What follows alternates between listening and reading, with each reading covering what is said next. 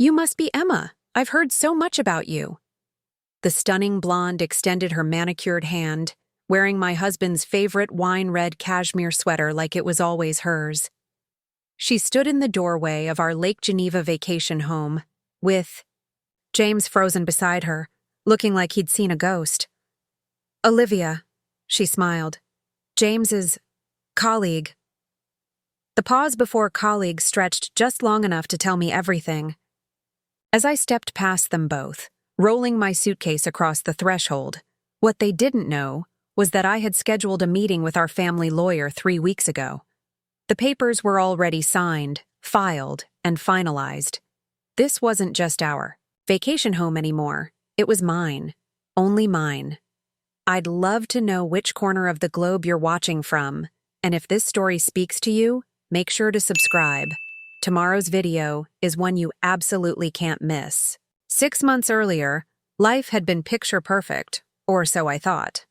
20 years of marriage to James Harrington, Chicago's most celebrated orthopedic surgeon.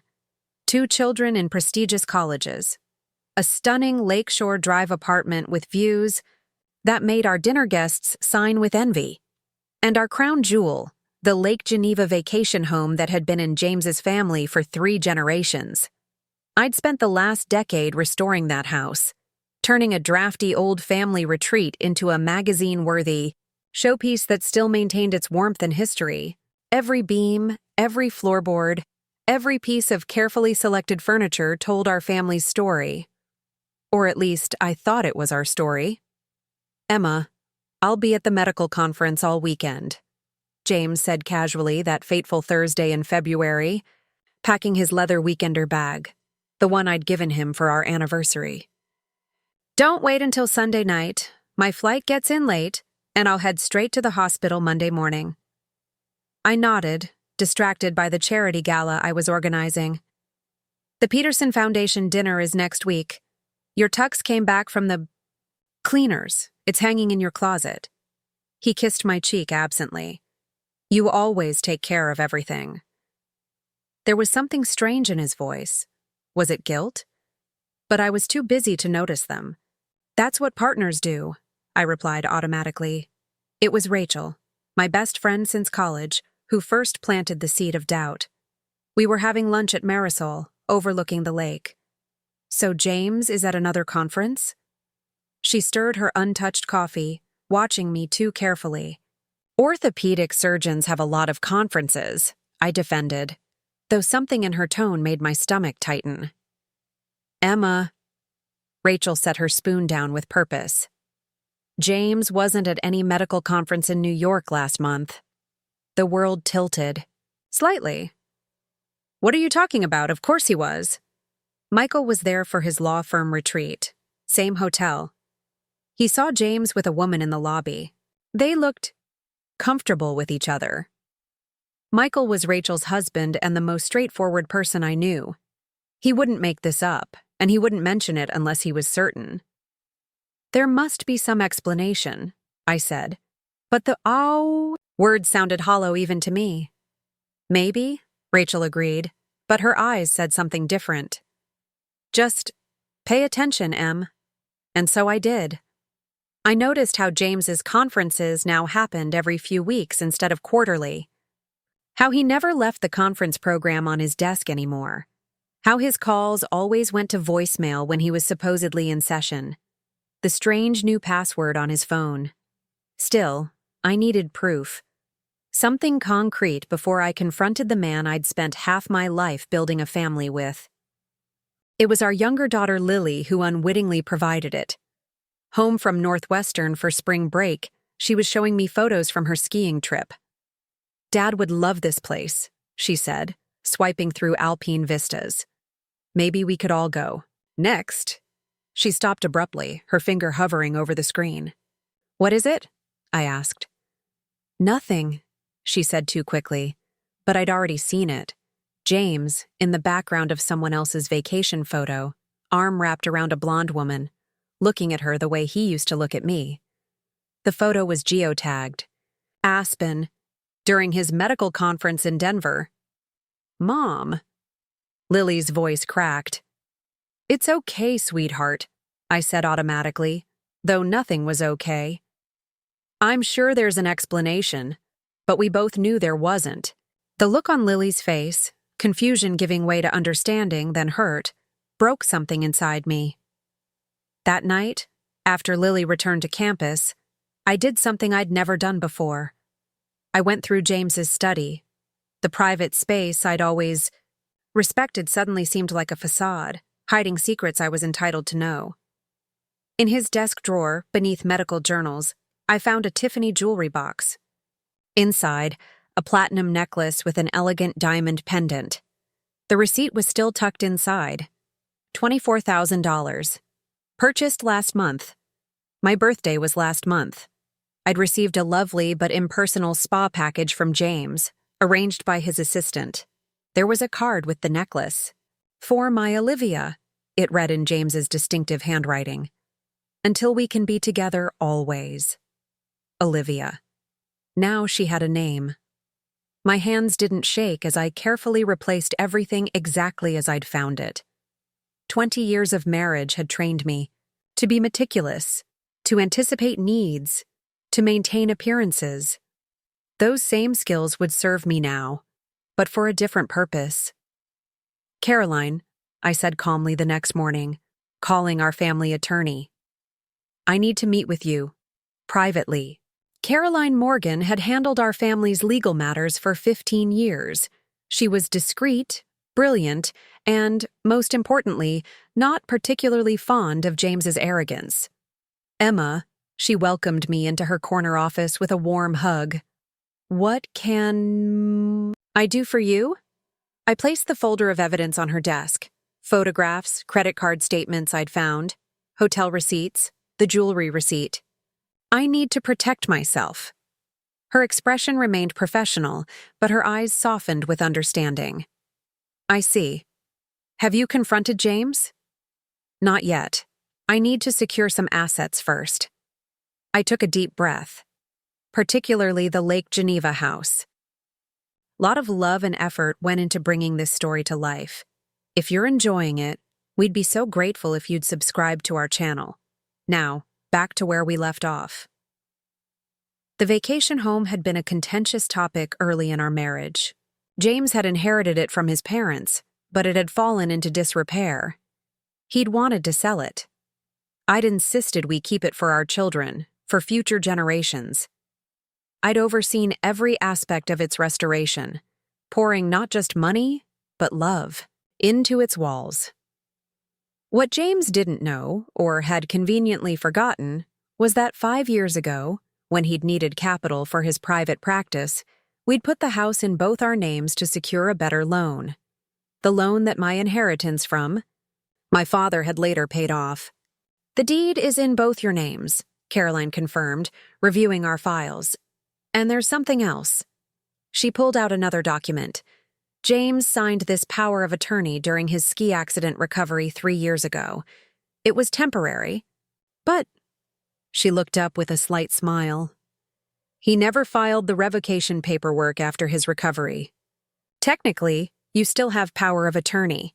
A strange calm settled over me. "So I could transfer the Lake Geneva property solely to my name?" "Legally? Yes. Ethically?" Caroline hesitated. "Is it any less ethical than what he's doing?" My voice remained steady. "I rebuilt that house while he was building his practice. My inheritance paid off the loan. Our children's memories are in those walls." Caroline nodded slowly. "I'll prepare the paperwork." 3 weeks later, the Lake Geneva house was solely in my name. I'd also moved half our joint assets into accounts. Only I could access, not everything, just enough to ensure I wouldn't be left vulnerable. James noticed nothing, too preoccupied with his double life. He didn't even question when I suggested he take my car for his next conference because he was making a strange noise. This allowed me to track his movements via the car's GPS system, which is how I knew exactly when he and Olivia arrived at our Lake Geneva house that Friday afternoon in June. The house where generations of Harringtons had gathered. The house that was now legally mine alone. I waited until Saturday morning to drive up, giving them time to settle in, to get comfortable, to believe they were safe in their secret world. As I pulled into the familiar circular driveway, I noticed Olivia's designer luggage by the front door. They'd apparently just returned from a morning on the lake. My paddleboard was propped against the garage. I took a deep breath, smoothed my dress, and rang the doorbell to my own house. Emma. James recovered first, his surgeon's composure snapping back into place. What are you doing here? I thought, you had the charity gala preparations this weekend. I finished early, I replied, setting my purse on the antique console table I'd restored myself. The Peterson Foundation can survive without me for a couple of days. Olivia looked between us, her perfect features arranged in polite confusion. She couldn't have been more than 35, at least 15 years younger than me. I recognized her type immediately. Ambitious, sophisticated, accustomed to the finer things. The kind of woman who saw what she wanted and took it, regardless of who it belonged to. James? Her voice held a question, uncertainty creeping in at the edges of her confidence. Olivia works with me at Chicago Memorial, James explained hastily. She's our new head of orthopedic research. We're collaborating on a paper, and I offered the house as a quiet place to work. How generous of you, I remarked, running my finger along the mantelpiece and noting with satisfaction that they hadn't lit a fire in the hearth I'd painstakingly restored. Sharing our family home for professional purposes. I moved toward the kitchen, forcing them to follow. I'm parched after the drive. Anyone else want some of that raspberry tea I always keep stocked here? The kitchen was my domain, renovated 3 years ago with top-of-the-line appliances and custom cabinetry that complemented the home's historical character. I noted with rising anger that they'd been cooking, my copper pots hung wet on their hooks, and a bottle of the 1982 Bordeaux James had been saving for our anniversary stood empty on the counter. Emma, James began again, his tone shifting to the one he used with difficult patience. This is a bit awkward. If I'd known you were coming— You'd have what? I interrupted, filling the kettle with deliberate calm. Warned me? Made sure. She was gone? Cleaned up the evidence? Olivia's confidence visibly faltered. Perhaps I should go. Nonsense. I smiled tightly. It's a long drive back to Chicago. Besides, I think we're well past pretense now, aren't we? The kettle whistled, piercing the tense silence. I took 3 mugs from the cabinet, the handcrafted pottery we'd bought in Santa Fe on our 20th anniversary trip. Beautiful home, Olivia offered awkwardly, accepting the steaming mug. James said it's been in his family for generations. Did he? I settled at the kitchen island, forcing them both to either join me or look rude. That's interesting. Did he also mention that I saved it from being sold? That I spent 10 years restoring every inch of this place while he built his practice? James's jaw tightened. Emma, please. Did he tell you about the loan we took out against it? The one my inheritance paid off? I continued, watching realization dawn in her eyes. Or about how our daughters learned to swim off that dock? How our son proposed to his wife in the garden I replanted? Olivia set her untouched tea down. James, I think I should— Stay, I said firmly. This concerns you too, Olivia. After all, you're wearing my husband's sweater in my house. I think that earns you a seat at this conversation. James finally found his voice. Emma, this isn't how I wanted— I'm sure it isn't. I cut him off. I'm sure you wanted to break the news to me in some carefully controlled setting, after you'd secured your assets, consulted your lawyer, prepared your excuses. His silence confirmed everything. Fortunately for me, I continued, I put 2 and 2 together months ago. The color drained from James's face. Months? The aspen. Trip was careless, James. Lily saw you in someone's Instagram post. His eyes widened in horror. Lily knows? Our daughter saw her father with another woman. Yes. The anger I'd been containing finally edged into my voice. Do you have any idea what that did to her? Olivia looked stricken. You have children? You said you were separated? Of course he did, I scoffed. What else would he say? That he has a 20-year marriage and 2 college-age children? That every other weekend when he's supposedly at conferences, he's actually with you? James stood abruptly. That's enough, Emma. This isn't the place. Actually, it's exactly the place, I interrupted. Because this house? It's not yours anymore, James. It's mine. He laughed dismissively. What are you talking about? This house has been in my family for— Check the property records, I suggested. As of 3 weeks ago, I'm the sole owner.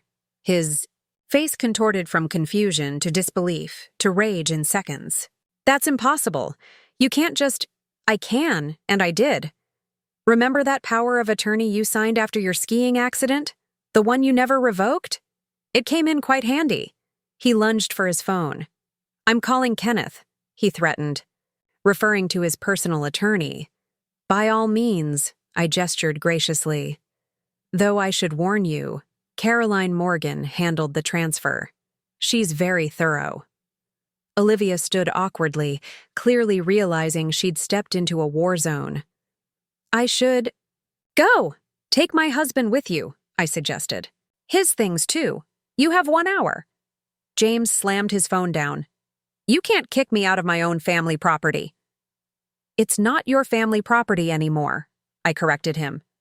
And yes, I can. In fact, if you're not gone in 60 minutes, I'll call the police and report you for trespassing. This is insane, he sputtered. You've lost your mind. No, James, I've simply found my backbone. I sipped my tea calmly. 58 minutes now. While James stormed upstairs to pack, Olivia lingered awkwardly in the kitchen. I didn't know, she said quietly. About your children, about any of it.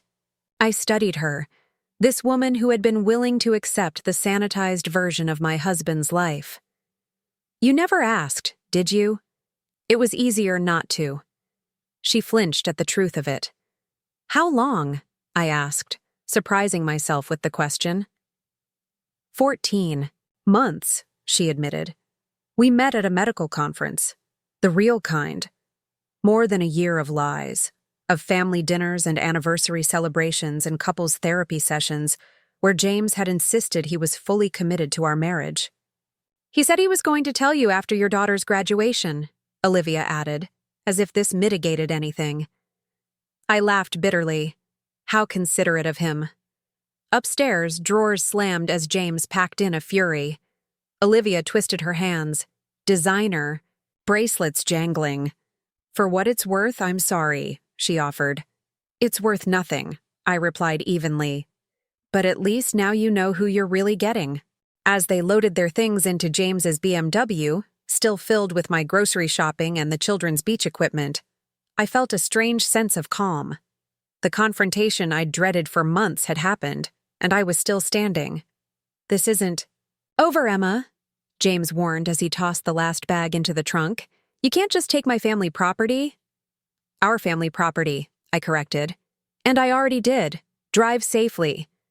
As their car disappeared down the long driveway, I closed the door and leaned against it, finally allowing myself a moment of weakness. The house felt eerily silent, no longer violated by their presence, but not yet reclaimed as my own. My phone buzzed with an incoming call from Rachel. It's done, I told her when I answered. They're gone. Are you okay? Her voice was thick. With concern, I searched for the right word. I'm standing. I can be there in 2 hours, she offered immediately. No, I decided. I need this time alone, to think, to plan. Because this was just the beginning. The vacation home was secured, but it was only one piece of the life I needed to reclaim. He's going to fight you on this, Em, Rachel warned. Let him try, I said, surprising myself with the steel in my voice. I've only just begun to fight back. After we hung up, I wandered through the house, noting every trace of their presence.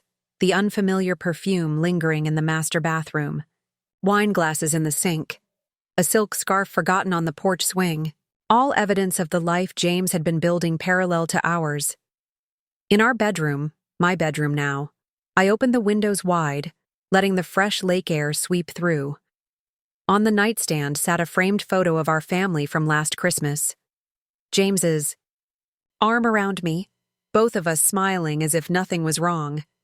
I placed the photo face down in the drawer. That chapter was closed. My phone buzzed again. A text from James. "This is childish, Emma. When you're ready to discuss this like adults, call me." I didn't dignify it with a response. Instead, I texted Caroline. Phase 1 complete. Ready for Phase 2. Because while James thought I was having an emotional reaction, I was executing a carefully constructed plan. The vacation home was just the first domino to fall. Another text arrived. This one from our daughter Lily. "Dad just called. He sounds weird. Is everything okay?" My heart ached. The children. They would have to know eventually, but I wanted to protect them from the ugliness as much as possible. "Everything's fine, sweetheart," I wrote back. "I'm at the lake house. Why don't you come up tomorrow? We can talk."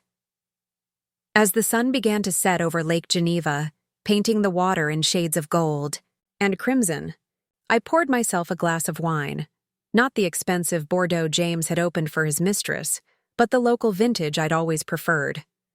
I took my glass to the dock, the same dock where countless family memories had been made. Where I'd taught our children to swim, where we'd launched fireworks on 4th of July weekends, where James and I had once watched the stars and planned our future. That future is gone now. But as I watched the fading light shimmer on the water, I realized something important. I wasn't mourning its loss as deeply as I should be. Perhaps because deep down I'd known for a long time that it was already over. My phone buzzed one more time. A text from Caroline. "Documents for Phase 2 ready? When you are. Meeting Monday?" I smiled into the gathering darkness. Monday works. Time to show him what I'm really made of. What James didn't understand, what he had never understood, was that I wasn't just the supportive wife who had stood in his shadow for 20 years. I was the woman who had rebuilt his family's legacy, while he was too busy to notice. The woman who had managed his life while building one of my own, and I was just getting started. Sunday morning dawned clear and bright, sunlight dancing across the lake as I prepared for Lily's arrival. I'd barely slept, my mind racing with the confrontation, with James's furious texts that had continued well into the night, with the enormity of what I had set in motion. I made coffee and carried it to the deck, watching early morning boaters cutting through the still water. A loon called from somewhere nearby, its haunting cry a fitting soundtrack to my thoughts. My phone had been mercifully silent since dawn. Either James had exhausted his anger, or, more likely, he was regrouping, consulting his attorney, planning his counterattack. I knew my husband well enough to know he wouldn't accept defeat gracefully, especially not at my hands. The familiar sound of tires on gravel announced Lily's arrival. I stood, smoothing my hands over my linen pants, suddenly nervous about facing my daughter. How much did she actually know? How much had James already told her? Lily emerged from her car looking so much like her teenage self that my heart ached. At 20, she was nearly finished with her undergraduate studies at Northwestern, her future bright with possibilities I hadn't had at her age. Her face was troubled as she climbed the steps to the deck. "Mom," she said simply, dropping her bag and embracing me. "What's going on?" "Dad called last night, said there was some kind of misunderstanding about the house." I pulled back, studying her face. "Is that all he said?" She frowned. "He was weird, talking about lawyers and property rights. Said you'd lost perspective. Then this morning he texted asking if I'd talk some sense into you." "Come sit." I led her to the Adirondack chairs overlooking the lake. "There's something I need to tell you, and it won't be easy to hear." Over the next hour, I explained everything. The conferences that weren't conferences, the Instagram photo she'd unwittingly shown me, the evidence I'd gathered, and finally, my decision to secure the lake house. Lily listened silently, her expression shifting from confusion to disbelief to anger. When I finished, she stared out at the lake for a long moment. "Dad and Olivia," she said finally, testing the name on her tongue like it was a bitter medicine. "For over a year. I'm sorry you have to know this," I said softly. "I wanted to protect you." "I'm not a child, Mom," she replied, a flash of adult wisdom in her eyes. "And I'm not the one who needs protection here. You are." She reached for my hand, surprising me with her strength. When I saw that photo in Aspen, I told myself there had to be an explanation. I didn't want to believe it. "I know, sweetheart." Neither did I. "So, what happens now?" she asked. "You've taken the lake house. What's next?" The directness of her question caught me off guard. "Honestly, I'm working on that with Caroline, securing assets, preparing for divorce," Lily finished, for me the word hanging between us like a physical thing. "Yes," I admitted. "I think we're well past the point of counseling." Lily nodded slowly. "Does Matt know?" Matt, our son, 2 years older than Lily and working his first post-college job in Seattle. "Not yet. I wanted to tell you both in person. But I'll call him tonight," Lily offered. "We can video chat, all three of us." "You don't have to." "I want to," she insisted. "We're in this together, Mom. The three of us." Tears pricked my eyes at her maturity, at the unfairness of her having to deal with this at all. "When did you grow up so much?" She smiled sadly. "Probably around the time I saw that photo and decided to pretend I hadn't." We spent the rest of the morning walking along the lakeshore, talking about everything and nothing. Lily shared her plans for graduate school, her excitement about a research position she'd been offered. Normal life continued despite the earthquake that had rocked our family's foundation. As we returned to the house, Lily's phone buzzed. She glanced at it, her expression hardening. "It's Dad. Again." "You don't have to talk to him," I said quickly. "Actually, I think I do," she answered, putting the call on speaker. "Hi, Dad." "Lily, thank God." James's voice, smooth and controlled as always. "Are you with your mother?" "I am," she confirmed, her tone neutral. "Has she told you her side of things? Because there's a lot she doesn't understand." "Like what, Dad?" Lily interrupted. "The fact that you've been living a double life? That you've been lying to all of us?" A heavy pause. "It's complicated, honey. Adult relationships don't." She cut him off again. "Don't you dare talk to me like I'm a child who can't understand. I saw you in Aspen, Dad. With her." Another silence, longer this time. "You saw," in the background of someone's Instagram post, "you and your research partner, looking very much not like colleagues." I could almost see James running calculations in his mind, adjusting his strategy, now that he knew Lily was already aware of his infidelity. "I never meant for any of this to happen," he tried, his voice softening to the tone he used with emotional patience. "Sometimes people grow apart." "Save it," Lily snapped. "If you want to talk about what happens next, that's one thing, but I don't need your justifications." "Fine." James's voice hardened. "Then let's talk about what happens next. Your mother has illegally seized property that's been in my family for generations." "Actually," I interjected, "Caroline assures me everything was done legally. The power of attorney you never revoked, remember?" "A technicality," he dismissed. "One that won't hold up in court." "We'll see," I replied calmly. "I have the deed, the loan documents showing my inheritance paid it off, and 20 years of receipts, proving I maintained this property while you were too busy to notice." "With your mistress," Lily added pointedly. James ignored the jab. "Emma, be reasonable. Let's meet with our attorneys tomorrow. Work out a civilized— Absolutely, I agreed, surprising him into silence. I've already arranged to meet Caroline. At her office at 2. Feel free to bring Kenneth. Tomorrow at 2, he confirmed, suspicion evident in his tone. Lily, will you be there? No, she said firmly. This is between you and Mom. I'm staying here at the lake today, and then I'm going back to campus. Call me when you're ready to apologize for lying to our entire family. She ended the call before he could respond. The silence that followed was heavy with unspoken emotions. You didn't have to do that, I told her quietly. Yes, I did, she replied, for both of us. That evening, after Lily left for Northwestern, I sat at the antique desk in what had once been James's grandfather's study, preparing for the next day's meeting.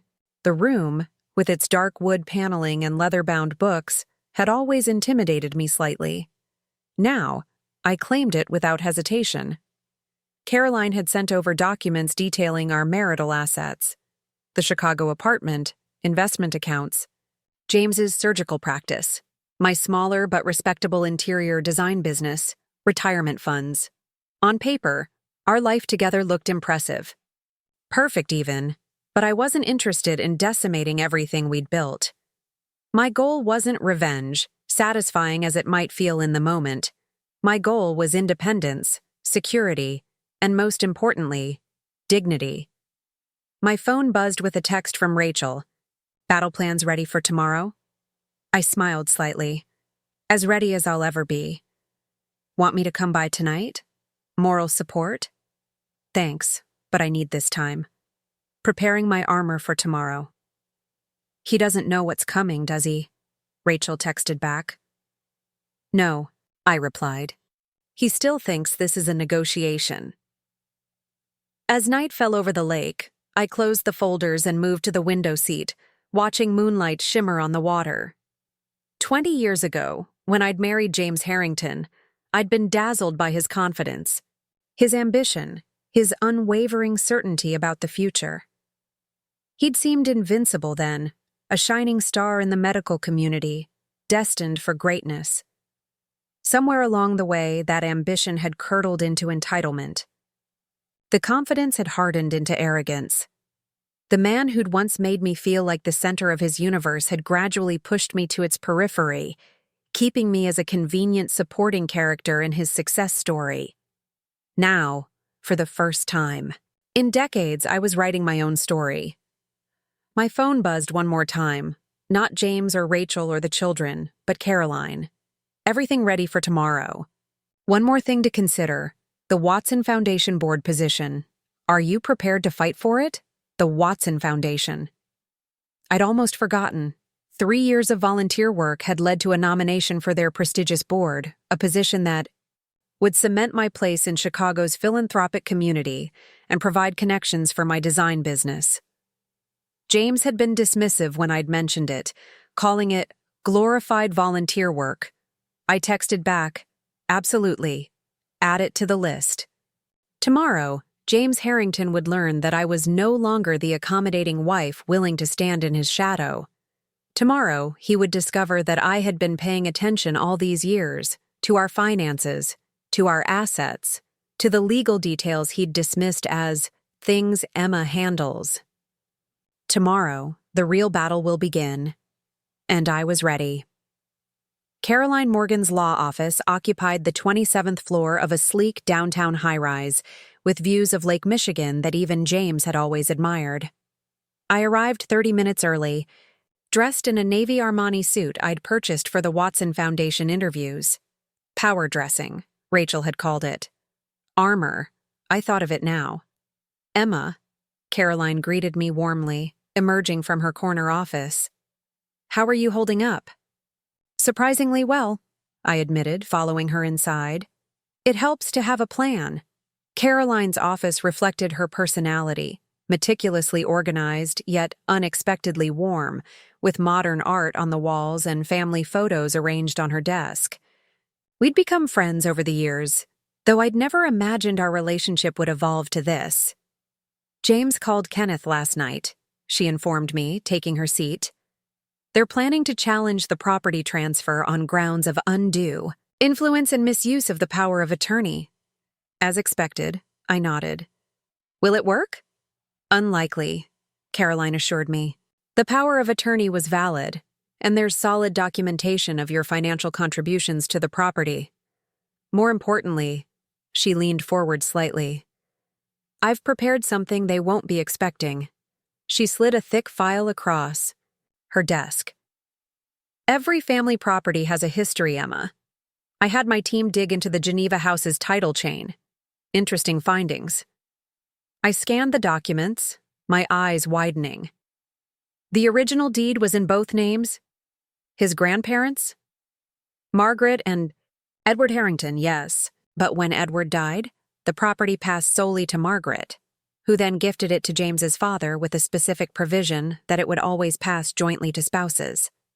James never mentioned this, I whispered, though I wasn't surprised. The Harrington family mythology had always centered on the patrilineal passing of assets, conveniently omitting details that didn't fit that narrative. The provision was legally binding until 1995, when the family attorney, Kenneth's father, incidentally, helped James's parents restructure the title. They eliminated the spousal provision, creating the impression that the house had always passed from father to son. So when James told me it was his family home, not ours, he was perpetuating a convenient fiction, Caroline finished. One that served the Harrington men's interests. A knock at the door interrupted us.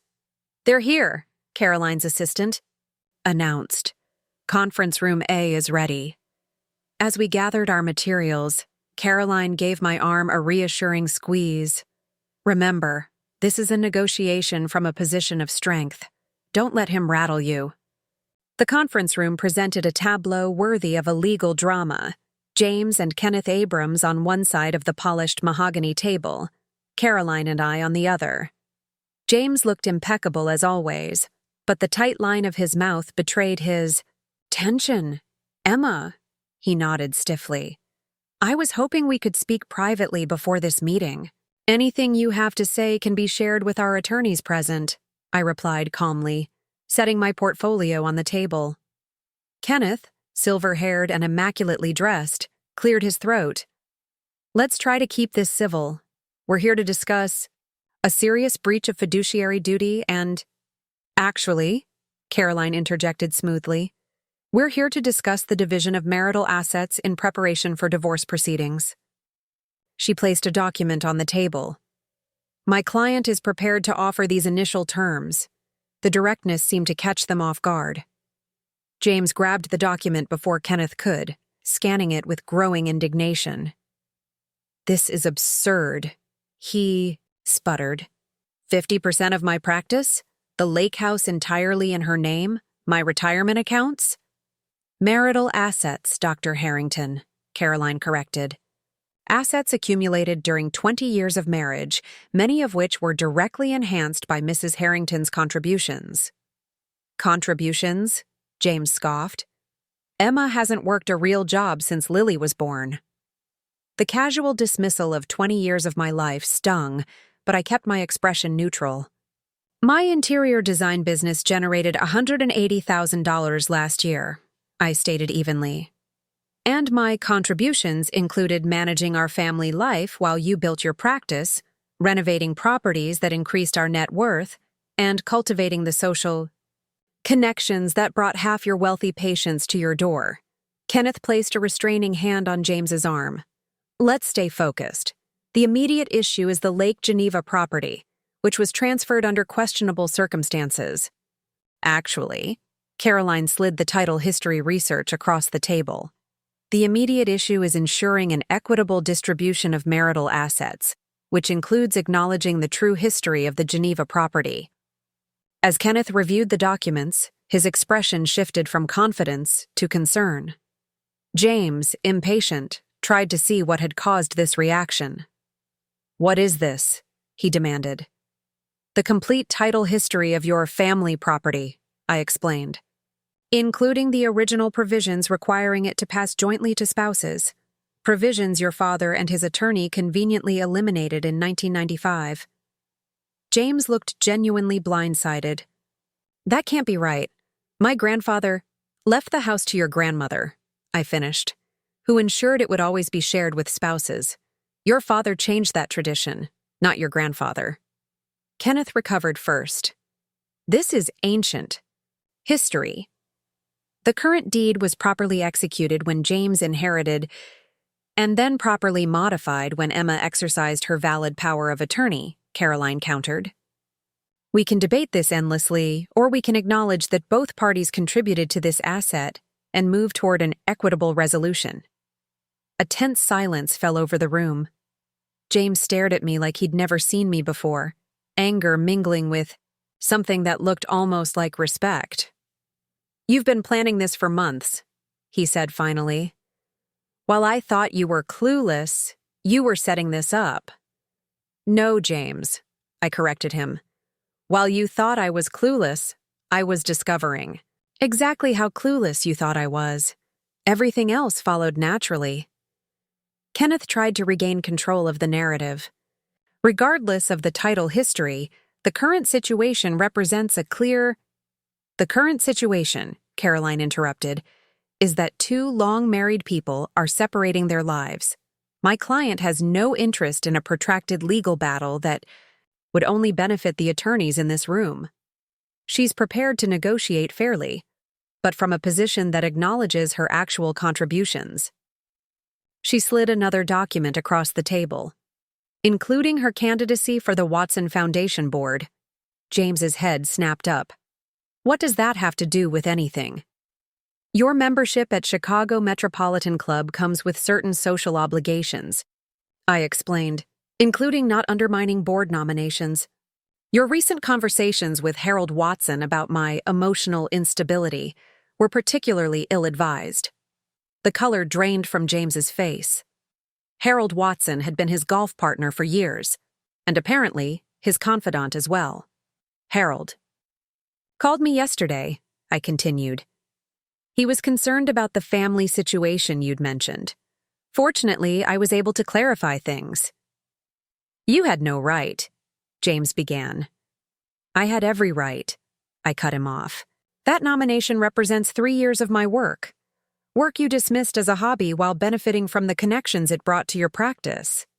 Kenneth, sensing the shifting dynamics, leaned in to whisper to James.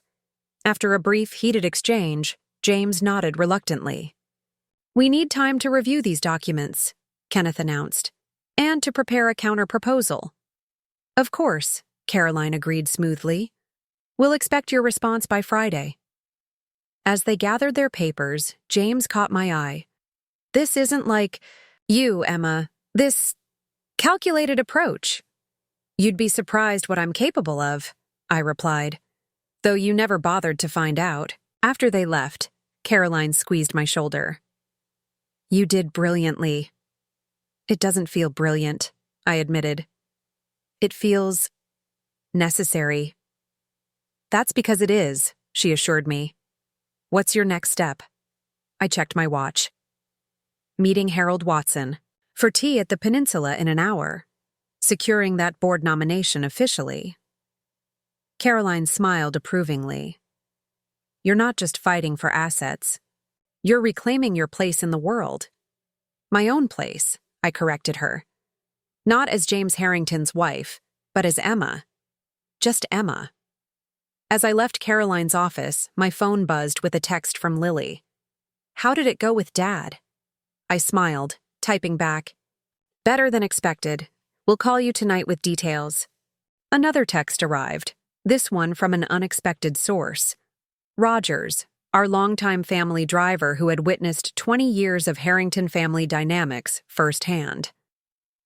Heard about the meeting today. If you need anything, Mrs. H., just say the word. Some of us remember how things really were.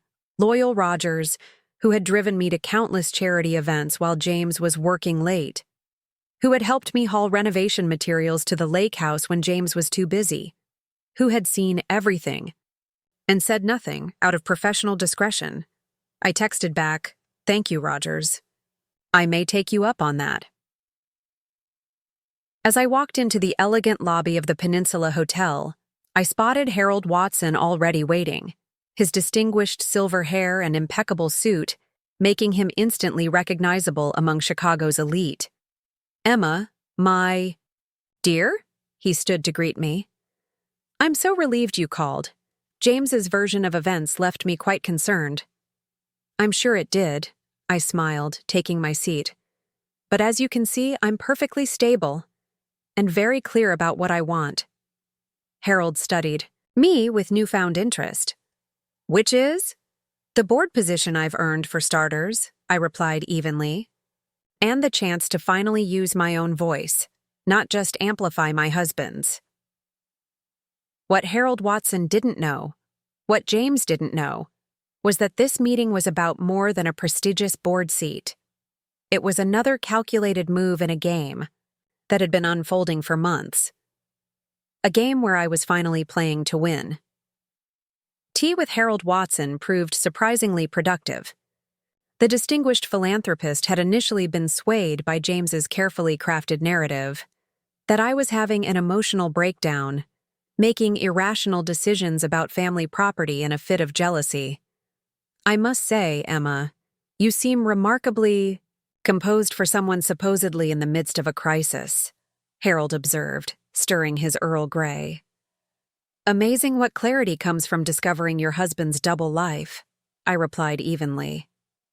Harold's eyebrows rose slightly. "James mentioned difficulties in your marriage. He didn't elaborate on the nature of those difficulties." "I'm sure he didn't," I smiled thinly. "Just as I'm sure he didn't mention his 14-month affair with the head of orthopedic research, or their weekend getaways to our family lake house." To Harold's credit, he didn't pretend to be shocked. At 72, with 4 decades navigating Chicago's elite social circles, very little surprised him. "The Watson Foundation prides itself on discretion," he said carefully. "Board members' personal lives remain their own business, provided they don't impact the foundation's reputation." I nodded. "And divorcing a cheating husband impacts that reputation. How, exactly?" Harold's weathered face creased into a smile. "Not at all, in my book, but the, shall we say, aggressiveness of your response might raise eyebrows. The lake house situation, specifically." "You mean securing an asset that was legally half mine, using a power of attorney my husband voluntarily gave me?" I leaned forward slightly. "Would the foundation prefer I simply walked away from 20 years of investment, renovation, and family memories because it might seem more ladylike?" Harold studied me with new respect. "You sound like Margaret Watson when she established the foundation. Everyone told her to donate her husband's fortune to existing charities. Instead, she created her own institution, with her own rules." He set down his teacup decisively. "The board will vote next Thursday. I'll be putting your name forward with my full endorsement." As I left the peninsula, a weight lifted from my shoulders. The Watson Foundation board seat represented more than prestige. It offered financial connections, social standing, and most importantly, a professional identity entirely separate from being Mrs. James Harrington. My phone buzzed with a text. From Matt, our son. "Just talked to Lily. Flying home this weekend. Need to see you, Mom. You okay?" My heart constricted. Matt had always been protective, even as a child. At 22, working his first job at a tech startup in Seattle, he still maintained that protective streak. "I'm better than okay," I texted back. "Looking forward to seeing you." "Stay at the lake house? Absolutely. Dad's been calling. Told him I'll talk when I'm ready." I smiled at my son's loyalty, even as I regretted the position my children had been put in. They shouldn't have to choose sides, but James's actions had forced the issue. Back at my Chicago apartment, I found myself facing another practical reality of separation: shared space. James and I had lived in this 3-bedroom lake, Shore Drive apartment for 15 years. Every corner held memories, from the kitchen where I'd taught the children to bake to the living room where we'd opened Christmas presents, to the master bedroom where… I stopped that thought cold. The bedroom would be the first to change. I headed there directly, surveying the king-sized bed, the his and hers walk-in closets, the attached bathroom with the marble shower James had insisted on. Without hesitation, I began emptying his closet, packing expensive suits and casual wear into suitcases, his extensive collection of Italian shoes, the drawer of watches I'd gifted him over the years, each one commemorating a milestone, the custom cufflinks from Tiffany.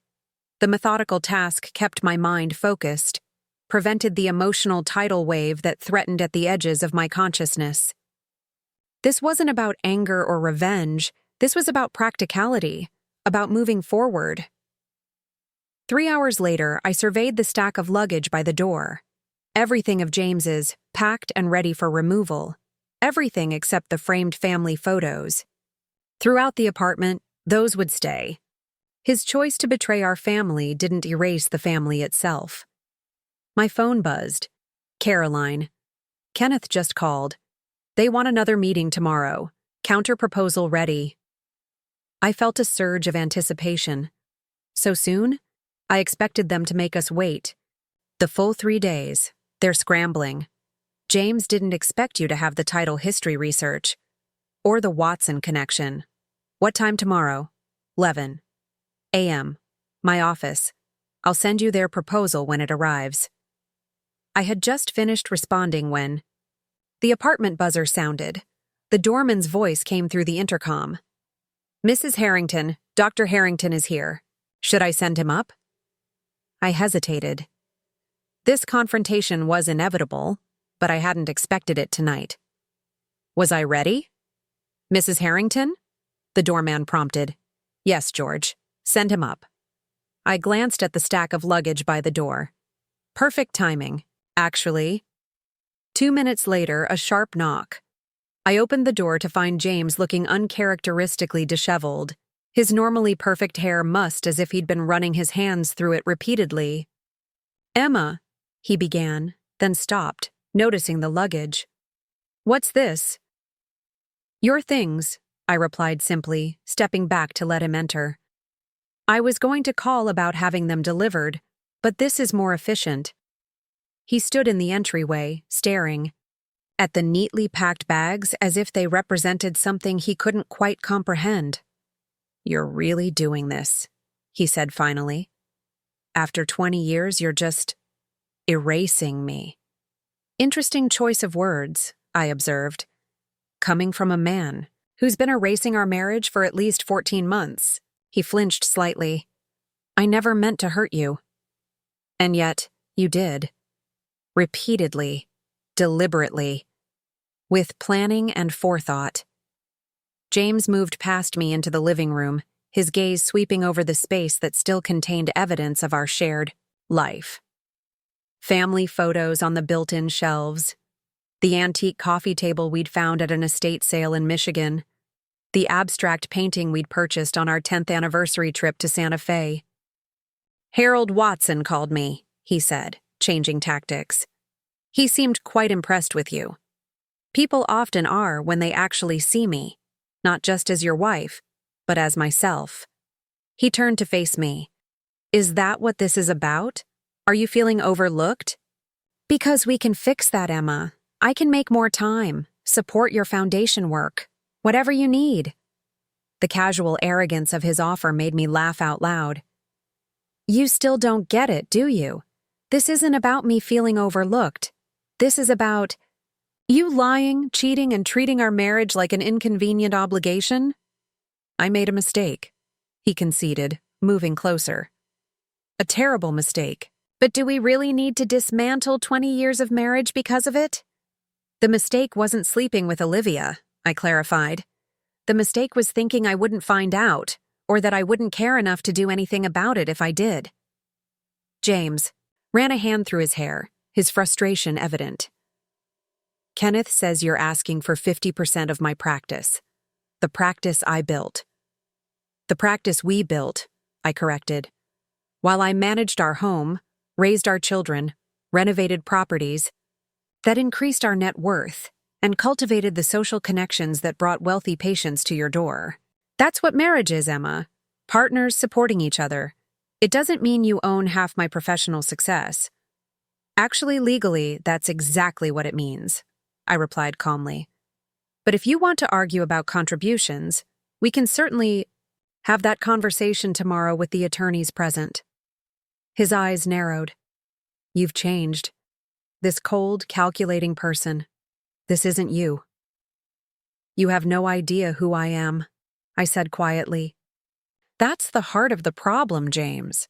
You've spent so many years seeing me as an extension of yourself that you never bothered to really know me at all. Something in my tone must have resonated, because he stepped back, studying me as if seeing me for the first time. I didn't come here to fight, he said finally. I came to ask you to reconsider, not just the divorce, but your approach to it. This doesn't have to be a war, Emma. No, it doesn't, I agreed.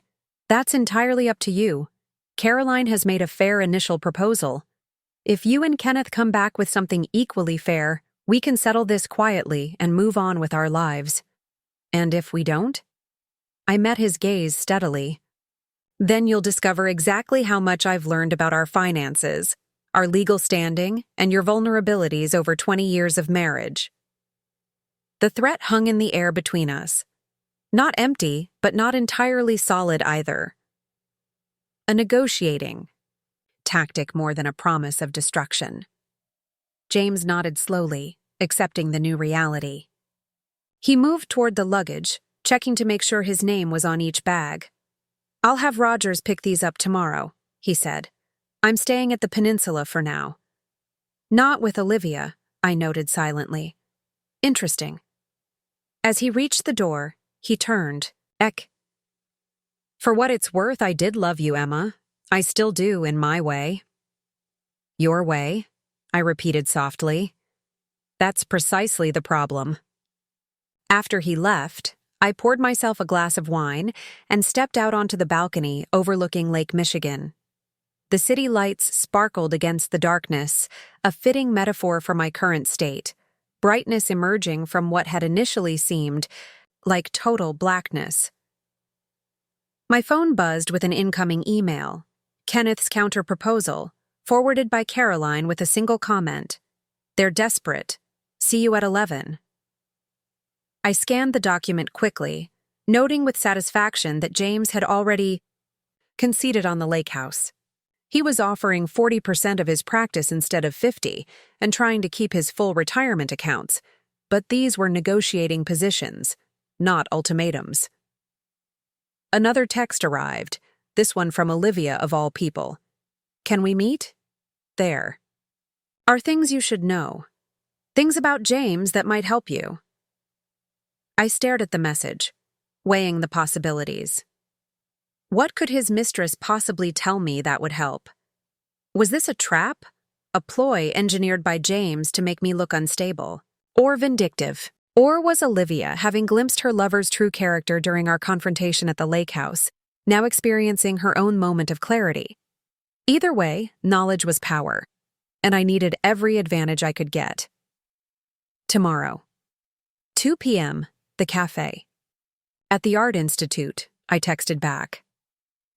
The game was becoming more complicated, the players more numerous. But for the first time in decades, I was the one making the moves, not just reacting to them. The second meeting with the attorneys proved remarkably efficient.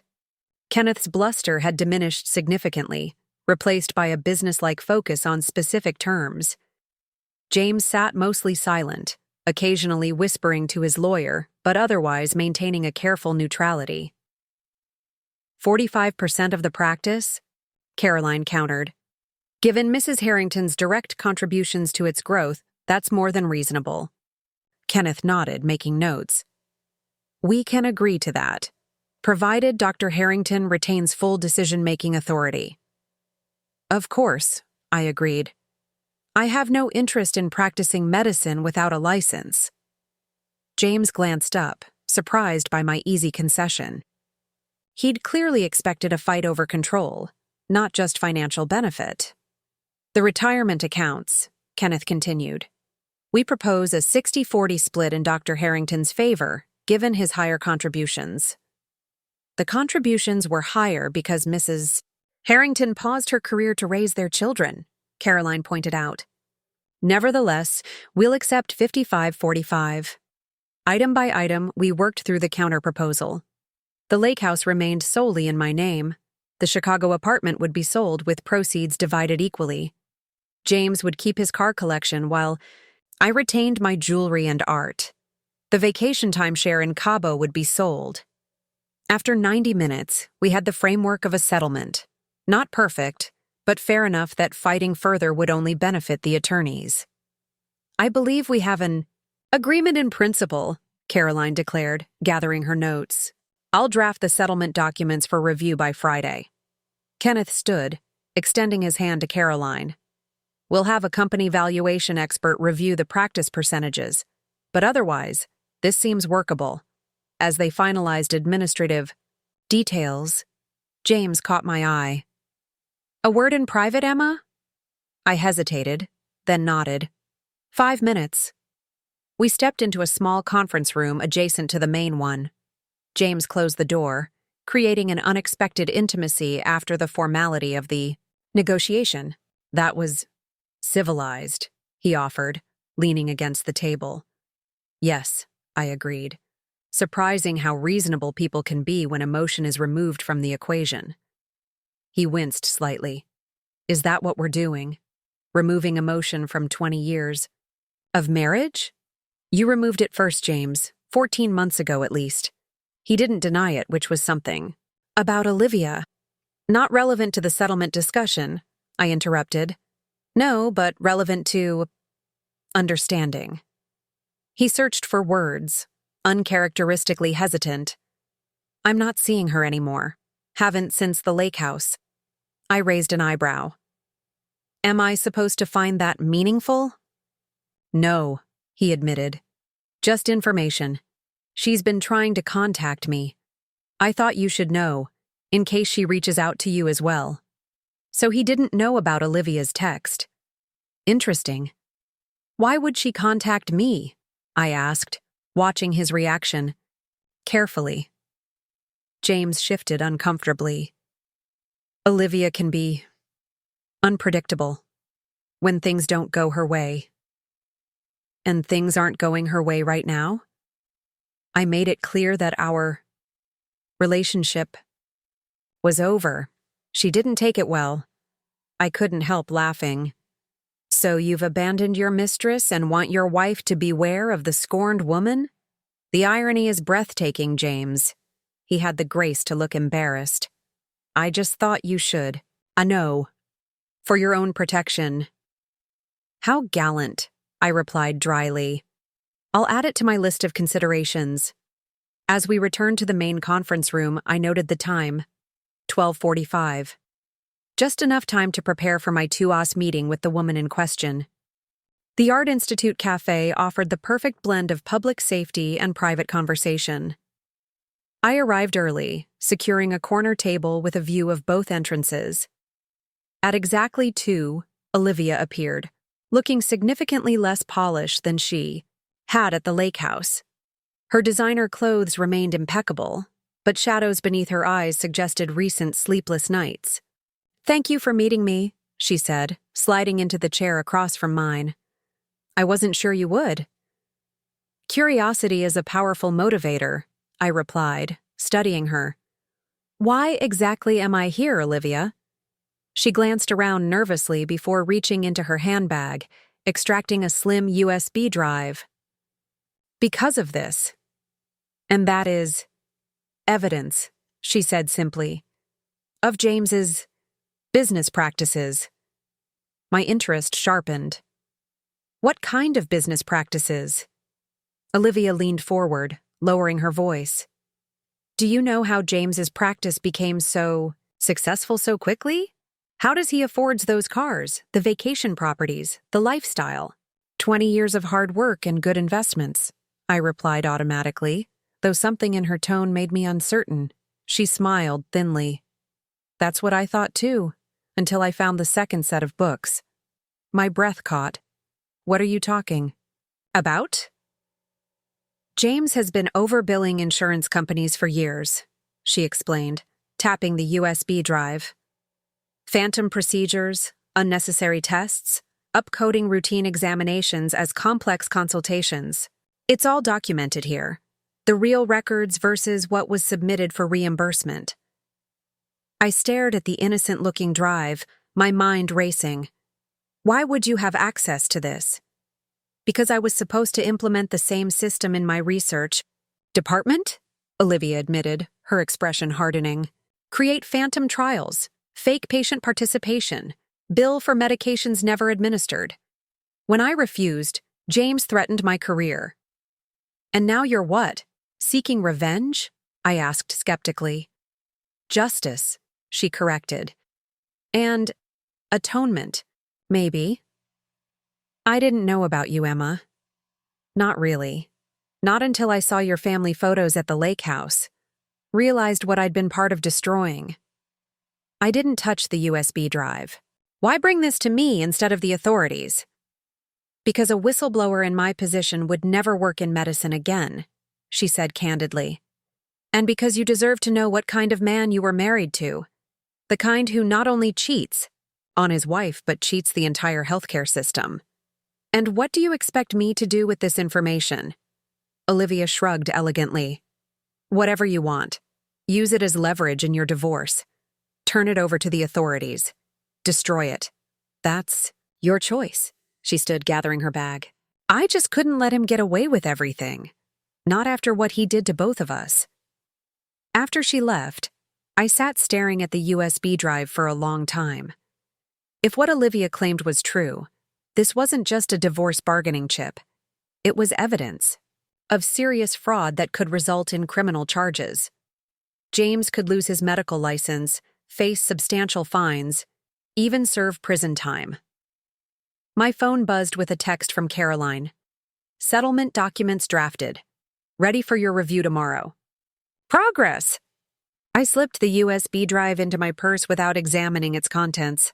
This required careful consideration, not an emotional reaction.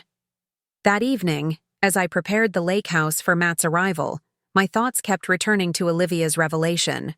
I'd always known James was ambitious, occasionally cutting ethical corners in his rush to success. But systematic fraud? That seemed beyond even his moral flexibility. Then again, I'd also believed he was incapable of sustained deception in our marriage. Mom? Matt's voice called from the front door, interrupting my thoughts. In the kitchen, I called back, quickly composing myself. My son appeared in the doorway, all 6 feet of him looking travel-worn but determined. Without a word, he crossed the room and wrapped me in a bear hug, the kind he'd been giving since he outgrew me at 14. You okay? He murmured against my hair. I am now, I answered truthfully, returning his embrace. We spent the evening catching up, his new job in Seattle, his girlfriend Sophia, his plans for graduate school eventually. Normal life continues despite the earthquake in our family. It wasn't until after dinner, sitting on the dock with glasses of wine, that he brought up the inevitable. Dad called again yesterday, Matt said, staring out at the darkening lake. Wanted to explain his side of things? And did you let him? I asked carefully. Matt shook his head. Not ready for that conversation yet. Told him I needed time. I squeezed his hand. You don't have to choose sides, you know. Don't I? He turned to face me. He cheated on you, Mom, for over a year. Brought her, to our family home. Those seem like choices with sides attached. Still, I insisted, he's your father. That relationship is separate from ours. Matt considered this, his expression thoughtful in the fading light. You're being remarkably calm about all this. When Lily told me what happened, I expected to find you devastated. I was, I admitted. For about 5 minutes. Then I got angry. Then I got strategic. He smiled slightly. The lake house transfer was genius. Just the beginning, I assured him. The divorce settlement is nearly finalized. Very equitable, actually. Good, Matt nodded firmly. You deserve half of everything, more considering. I thought of the USB drive sitting in my purse, its contents potentially explosive. There might be complications, I said carefully. What kind of complications? I hesitated. Matt had always been protective, sometimes overly so. Sharing Olivia's allegations might push him toward a confrontation with James that would only damage their relationship further. Just some remaining details to work out, I said finally. Nothing to worry about. As we headed back to the house, Matt's phone buzzed. He glanced at it, his expression darkening. Dad again? I guessed. No, he replied, showing me the screen. Olivia Coleman, asking to meet. How the hell did she get my number? I froze, staring at the text. What exactly does she say? Matt, we haven't met, but I'm Olivia Coleman. There are things you should know about your father's business practices. That could affect your family. Please meet me. He looked up, confused. What business practices? Dad's a surgeon, not a businessman. I took a deep breath, weighing my options. The situation was spiraling beyond my control. If Olivia was contacting my children, her motives might be more complex than she'd indicated. Matt, I said carefully, there's something I need to tell you about a meeting I had today. Inside the house, I explained Olivia's allegations about James's fraudulent billing practices, showing him the USB drive, but not its contents. Have you looked at it? He asked, turning the drive over in his hands. Not yet, I admitted. I'm not sure I want to know. But if Dad really has been committing fraud, then he'll face consequences eventually, I finished. But do I want to be the one to trigger those consequences? Do I want that to be part of our divorce narrative? Part of what you and Lily have to deal with? Matt set the drive on the coffee table between us, his expression troubled. What are you going to do? It was the question I'd been asking myself since leaving the Art Institute. What did I want? Justice? Leverage? Or simply a clean break from a 20-year marriage that had ultimately failed? I don't know yet, I answered honestly. But whatever I decide, it won't be about revenge. It will be about what's right, for all of us. My phone buzzed with a text from Caroline. James just called Kenneth. I want to meet outside attorneys tomorrow. Says it's urgent. Advice? I showed Matt the message. He raised an eyebrow.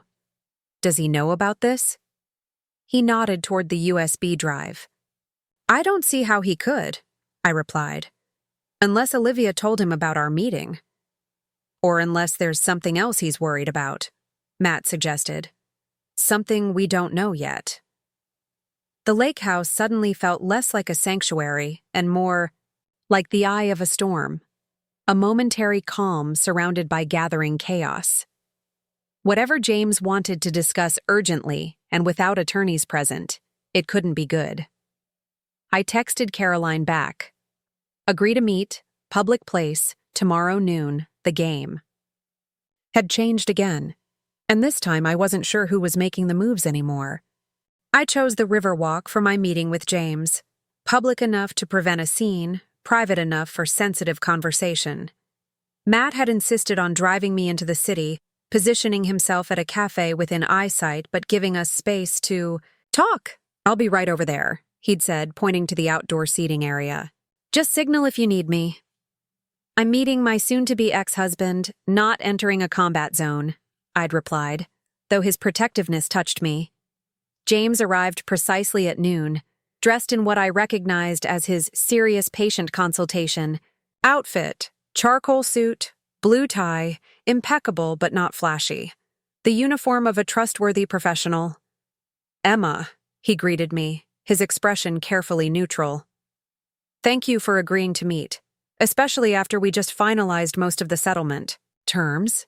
You said it was urgent, I replied, gesturing to a bench overlooking the river. I'm listening. We sat, maintaining a careful distance between us. In the bright June sunlight, I noticed new lines around his eyes, a tightness to his mouth that hadn't been there months ago. "I'll get straight to the point," he began, his voice, whoa.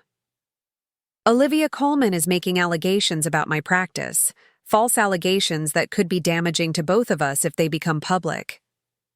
I kept my expression neutral, though my heart rate accelerated. "What kind of allegations?" "She's claiming I engaged in fraudulent billing practices." His jaw tightened. "It's completely untrue, but she has access to enough internal systems to create convincing documentation." "Why would she do that?" I asked, watching him carefully. "Revenge," James said flatly. "When I ended our relationship after the lake house incident, she didn't take it well. Threatened to make me pay if I didn't continue seeing her. So she's fabricated evidence of fraud to blackmail you," I clarified, finding his explanation suspiciously convenient. "Exactly." He ran a hand through his hair, a rare gesture of agitation. "She's approached several people already, colleagues at the hospital, even Kenneth. And I have reason to believe she may try to contact you or the children. Too late for that, I thought, but kept silent." "The problem," James continued, "is that even false allegations of this nature can trigger investigations, damage reputations, and affect the practice valuation we just agreed upon in our settlement." He leaned closer, lowering his voice further. "I need your help, Emma."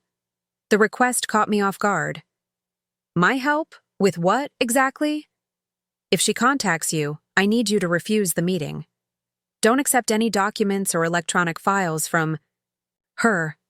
And if she's already approached you—" He paused, studying my face. "If she's already given you something, I need to know what it is." I felt Matt's watchful gaze from across the plaza, drawing strength from his presence. "And if she has?" "What then?" James's expression hardened slightly. "Then I'd ask you to give me whatever she provided, so my attorneys can prepare for the defamation suit." "I see." I maintained my composure, even as my mind raced. James seemed genuinely concerned, but was it about false accusations, or about true ones being exposed? "And what makes you think she'd approach me specifically?"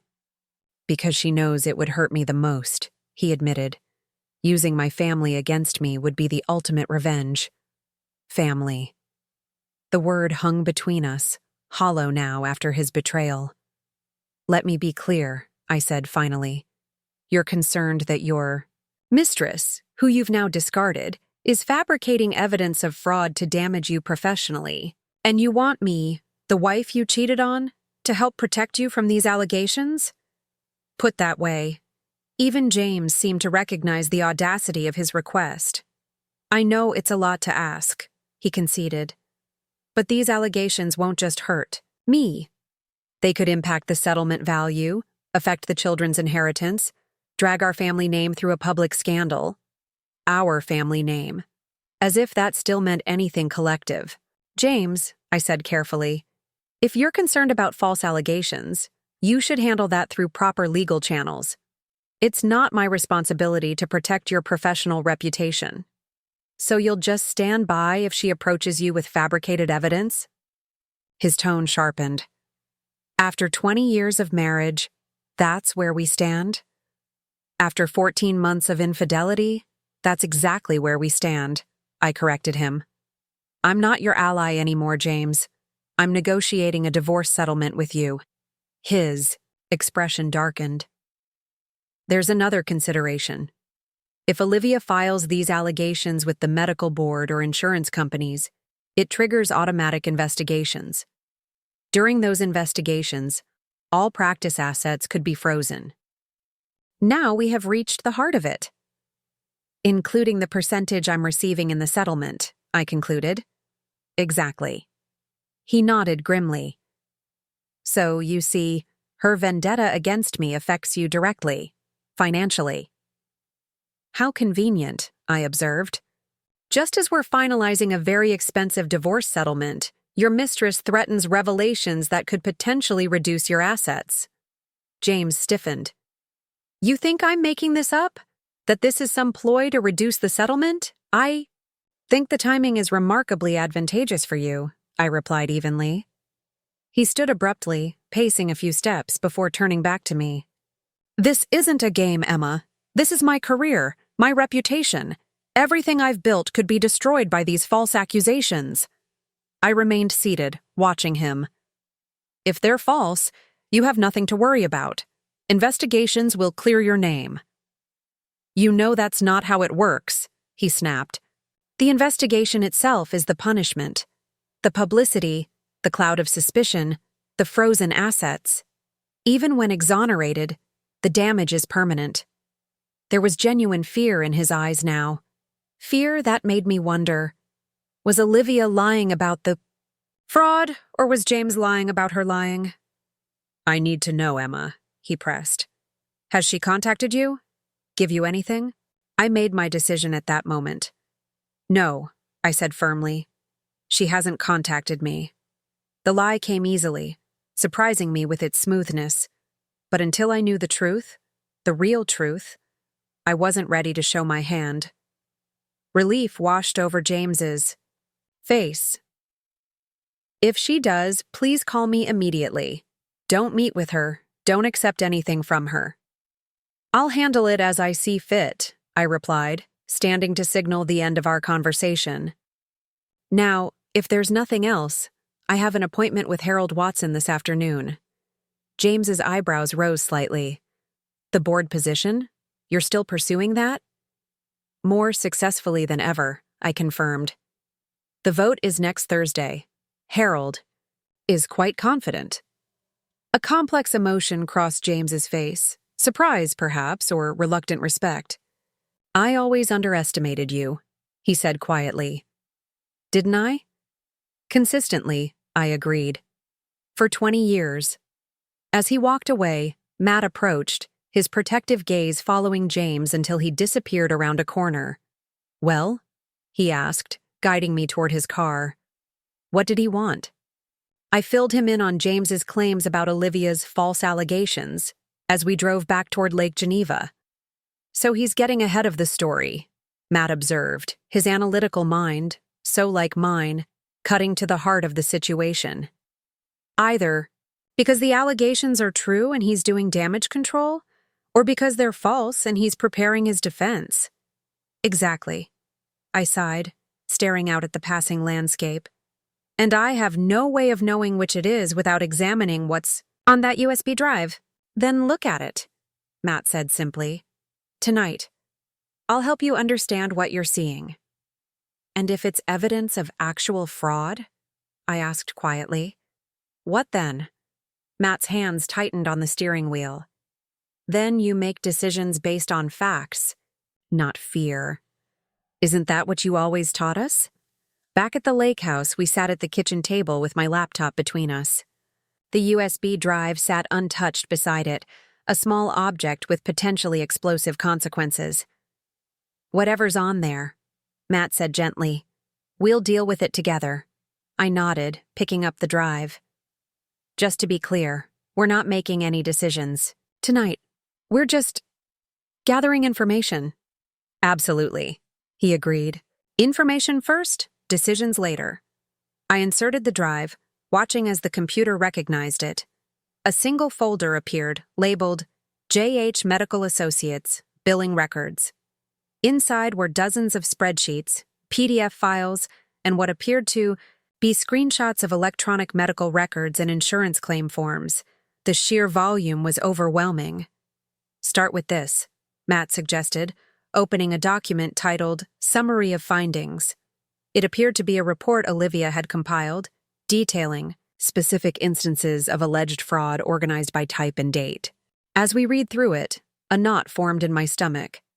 The document contained side-by-side comparisons of patient charts versus insurance claims, procedures that never happened, services never rendered, complexity codes inflated to increase reimbursement. This looks convincing, Matt said quietly. But we're not experts in medical billing. This could be manipulated. I opened some of the supporting files, comparing dates and details. Everything seemed meticulously documented, with clear patterns, emerging across years of records. If this is fabricated, I observed, it's incredibly sophisticated. A notification popped up on my phone, a text from Caroline. Kenneth called.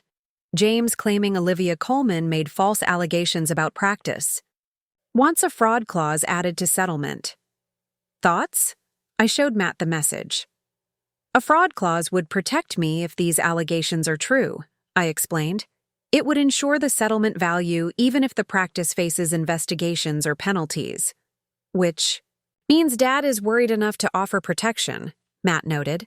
That seems telling. Or he's genuinely concerned about false allegations impacting the settlement, I countered, still not ready to pass judgment. My phone rang, Caroline calling now instead of texting. I excused myself to the deck to take the call. Emma, what's going on? She asked without preamble. Kenneth is suddenly pushing for fraud protection clauses, indemnification provisions, all sorts of language we'd normally fight for. Not them. It's complicated, I admitted, explaining about Olivia's USB drive and James's urgent meeting. Caroline whistled softly. So, either he's genuinely protecting you from potential fallout from false allegations or he knows he's guilty and is trying to contain the damage, I finished. The problem is I don't know which. Here's my advice, Caroline said after a moment. Accept the fraud clauses. They protect you either way. But don't reveal the USB drive yet. That's leverage we might need. As I ended the call, I stared out at the darkening lake, the water reflecting the first stars of evening. The peaceful scene contrasted sharply with the turmoil inside me. I'd wanted a clean break, an equitable division of assets, and a fresh start. Instead, I was holding potential evidence that could destroy James professionally and possibly send him to prison. The question wasn't just what I would do with this information, but what kind of person I wanted to be in the aftermath of betrayal. Someone who sought justice at any cost? Or someone who could walk away with dignity intact, even if it meant leaving certain stones unturned? Matt appeared at my side, placing a gentle hand on my shoulder. You don't have to decide anything tonight, Mom. No, I agreed, drawing strength from his presence. But soon, very soon. The next morning brought clarity in the form of Lily's unexpected arrival. She burst into the lake house kitchen where Matt and I were having coffee, her expression a mixture of anger and confusion. Why didn't you tell me? She demanded, dropping her overnight bag on the floor. About Dad's billing practices? About Olivia contacting you with evidence? Matt and I exchanged startled glances. How did you... I began. Olivia reached out to me too, Lily interrupted, pulling out her phone. Yesterday afternoon. Said she'd already given you proof of Dad's fraud and that I should know what kind of person he really is. My stomach dropped. Lily, I was going to tell you. I just wanted to verify what was on the drive first. Understand what we're dealing with. We? She raised an eyebrow. So Matt knows? He was here when I looked at the files, I explained. It just happened last night. Lily's expression softened slightly as she accepted the coffee Matt offered. What's on it? Is it legitimate? It appears to be, Matt answered carefully. Detailed records showing discrepancies between patient charts and insurance claims. But we're not experts in medical billing or coding. I am, Lily said quietly. Or at least, I know more than most people. My healthcare economics class last semester covered billing fraud extensively. I'd forgotten that Lily's pre-med studies had included healthcare administration courses. Then your perspective would be valuable, I admitted. But before we go further, did you respond to Olivia? No, Lily shook her head. Something felt off about her approaching me directly. Too calculated. That's exactly what it is, I confirmed. She's weaponizing this information against your father and now potentially against us. But if Dad really committed fraud, Lily began, then there are proper channels for addressing it, I finished. Not manipulating his family members as part of some personal vendetta. We moved to the study where the laptop remained open from the previous night's exploration. Lily scanned through the files with professional efficiency, her expression growing progressively more troubled. "This isn't minor discrepancies or gray area coding," she finally said. "If these records are authentic, it's systematic fraud spanning at least 5 years. The amounts are substantial." "How substantial?" Matt asked. "Millions," Lily replied softly. "And not just private insurance, Medicare and Medicaid too, which makes it federal." The weight of her assessment hung heavily in the room. This wasn't just about our divorce settlement anymore. This was potentially criminal activity that could send James to prison. "Dad came to see Mom yesterday," Matt explained. "Claimed Olivia was fabricating all this as revenge for him ending their relationship." Lily's eyes narrowed. "Is that plausible? Could she have created all this documentation?" "Possible, but difficult," I replied. "She'd need access to both the actual patient records and the billing system, plus the ability to modify dates and details without leaving digital traces."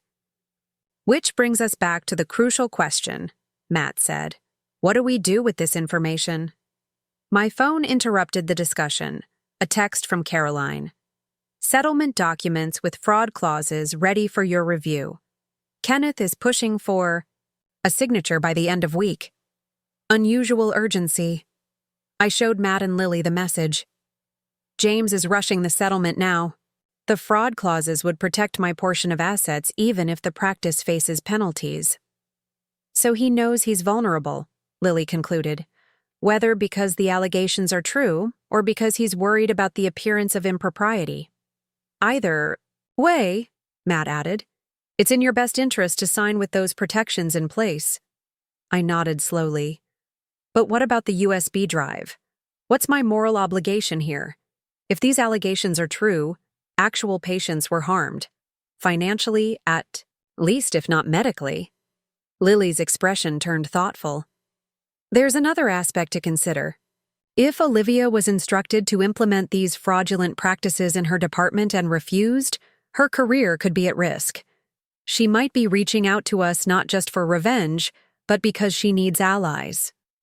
"Or witnesses," Matt suggested. "People who can confirm she raised concerns."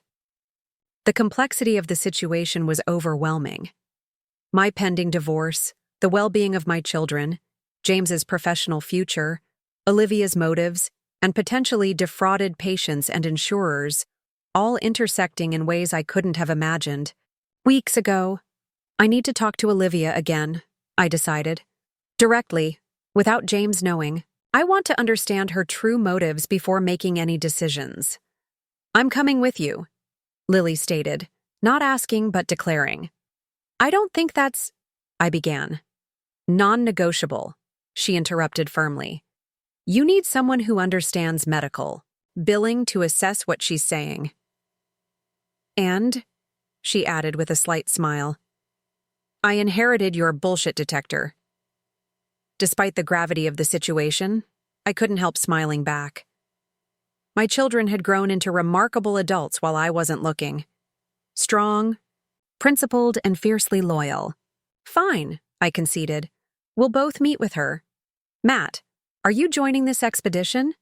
He shook his head. "Someone should stay here in case Dad shows up. He knows I'm in town, and he's been calling repeatedly." I texted Olivia.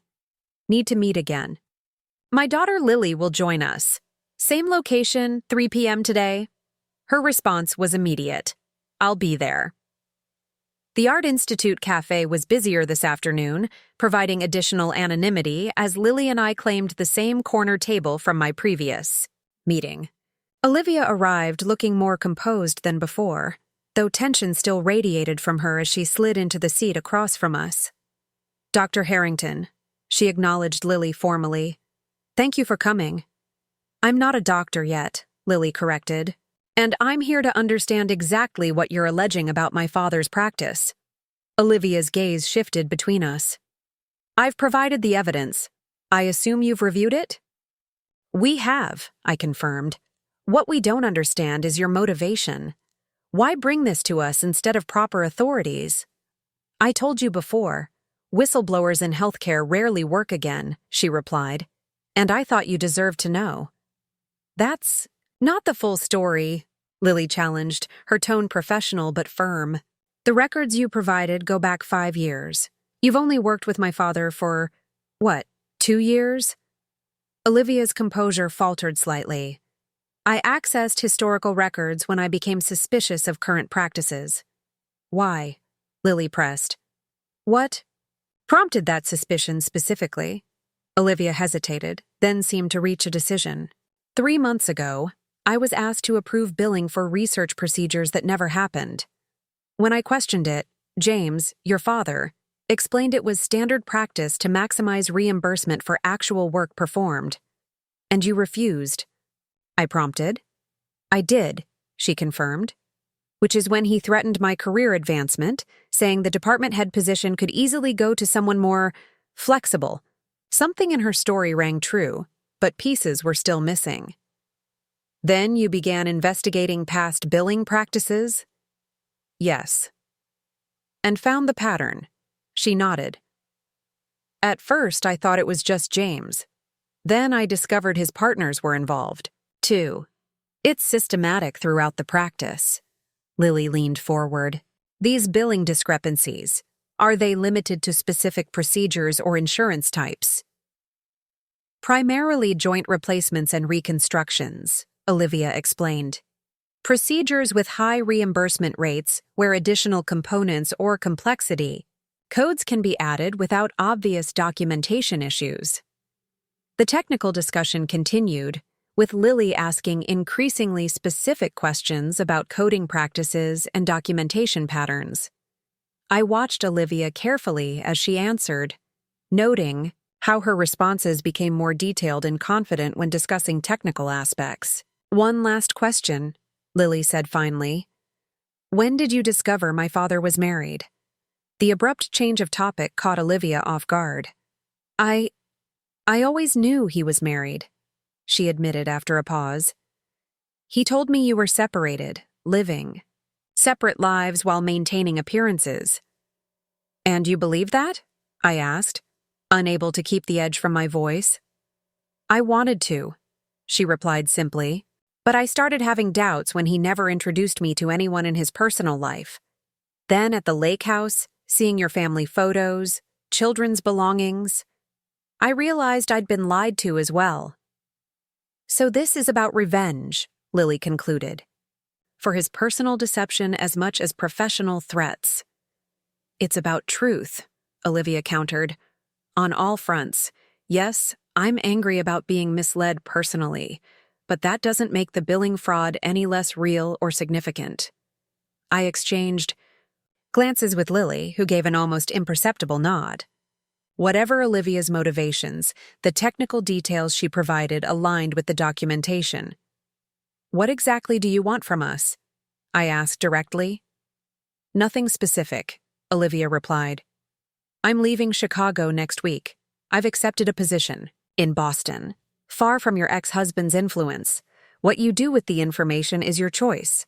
I just couldn't walk away knowing what I know without giving someone the power to hold him accountable.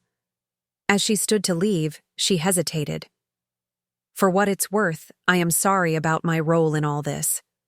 Not just the professional ethics, but the personal damage. After she departed, Lily and I sat in thoughtful silence for several minutes. I believe her, Lily finally said. About the fraud, at least. The technical details are too specific and consistent to be fabricated. I think I do too, I admitted. But that still leaves the question of what to do next. You need to sign the settlement with those fraud protection clauses, Lily advised. Whatever else happens, secure your financial future first. And after that? I asked, though I already knew the answer my principled daughter would give. After that, she said quietly, You need to do what's right, not what's easy or convenient or even necessarily what's best for our family, but what's morally right.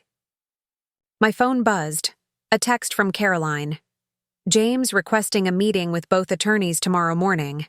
Says he has new settlement terms to discuss. Available at 9? I showed Lily the message. New terms? After we've already negotiated everything? He's worried, Lily observed. Maybe he knows Olivia has approached us, or maybe he's found out something else we don't know yet. I texted back my confirmation for the meeting, then looked at my daughter, so young and yet so wise. When did you grow up enough to be giving me ethical advice? I asked with a faint smile. Probably around the time you showed me what real strength looks like, she replied, squeezing my hand. By refusing to be a victim when Dad betrayed you. As we drove back to the lake house, I felt a strange sense of peace descending. The path forward wasn't clear yet, but the fog was lifting. Whatever James wanted to discuss tomorrow, I would face it with newfound clarity, and with the knowledge that my children stood firmly beside me, not as dependents needing protection, but as allies in navigating this unexpected chapter of our lives. Caroline's office felt different this time, the energy more charged, the stakes somehow higher. James and Kenneth arrived exactly on time, both looking uncharacteristically tense. James's usual surgeon's composure had faltered, betrayed, by the shadows under his eyes and a slight tremor in his right hand as he set his briefcase on the conference table. Thank you for accommodating this additional meeting, Kenneth began, his tone professionally cordial but missing its usual confidence. Dr. Harrington has some concerns about the current settlement terms that require immediate attention. Caroline raised an eyebrow. The terms we've already negotiated and drafted? The ones your client was pushing to finalize by the end of this week? Circumstances have changed, James interjected, unable to maintain the pretense of letting his attorney speak for him. His gaze fixed on me. Emma, I'd like to propose a modified agreement. I maintained a neutral expression, though internally my suspicions heightened. What modifications are you suggesting? Kenneth slid a document across the table. Dr. Harrington is offering to increase your share of the practice from 45% to 60%. Caroline and I exchanged surprised glances. That's a significant increase, she noted, scanning the document. May I ask what prompted this sudden generosity? Not generosity, James corrected quickly. Recognition of Emma's contributions to building the practice over 20 years of marriage. The same contributions that existed 3 days ago when we agreed on 45%? Caroline pressed. I've had time to reflect, James replied, unconvincingly. And I want to be fair. I studied my soon-to-be ex-husband carefully. The man I'd lived with for 2 decades was many things. Brilliant, ambitious, occasionally compassionate. But fair had never been his defining characteristic, especially regarding financial matters. What else? I asked quietly, certain there was more. James shifted uncomfortably. In exchange for the increased practice share, I'm requesting 2 additional provisions. There it was. The quid pro quo. First, Kenneth continued smoothly, a confidentiality clause. Both parties agree not to disclose any information about the other's personal or professional affairs to third parties. Standard enough in high-profile divorces, Caroline acknowledged, though her tone suggested she knew more was coming. And second, James leaned forward, his voice dropping, a mutual non-disparagement and non-cooperation clause. Non-cooperation? Caroline's voice sharpened. With what, exactly? Kenneth cleared his throat. The clause would prevent either party from voluntarily providing information, documentation, or testimony against the other in any civil, administrative, or criminal proceeding unless legally compelled by subpoena. The room fell silent as the implications of this request became clear. James wasn't just asking for silence, He was asking me to legally commit to not helping any potential investigation into his billing practices. That's an unusual request, Caroline observed carefully, particularly the criminal proceeding aspect. It's about protecting our family's reputation, James insisted, his eyes pleading with mine. Emma, 20 years together should count for something. Whatever our personal differences, neither of us should actively work to destroy what the other has built. I took a measured breath, buying time to organize my thoughts. James, let me be clear. Are you asking me to agree not to cooperate with potential investigations into your medical practice? I'm asking for mutual protection, he countered, though his avoidance of a direct answer was telling. Your design? Business could face scrutiny too. This protects both of us. My design business doesn't bill Medicare, I replied evenly. James's expression hardened. This isn't just about me, Emma. It's about the children too. Their father's reputation, their inheritance, their family name. The manipulation was so transparent it almost made me laugh. James had never cared about the family name when he was sleeping with Olivia, bringing her to our lake house, planning to leave me for her. I need to discuss these proposed changes with my client in private, Caroline announced firmly. Could we have the room for 15 minutes? As James and Kenneth reluctantly departed, Caroline turned to me with a raised eyebrow. Well, that answers the question of whether he's worried about fraud allegations. It certainly does, I agreed. He's practically confessing by asking for criminal proceedings protection. The increased practice share is substantial, Caroline noted. An additional 15% could be worth millions depending on the valuation. Blood money, I murmured. Payment for my silence and non-cooperation. Caroline leaned back, studying me carefully.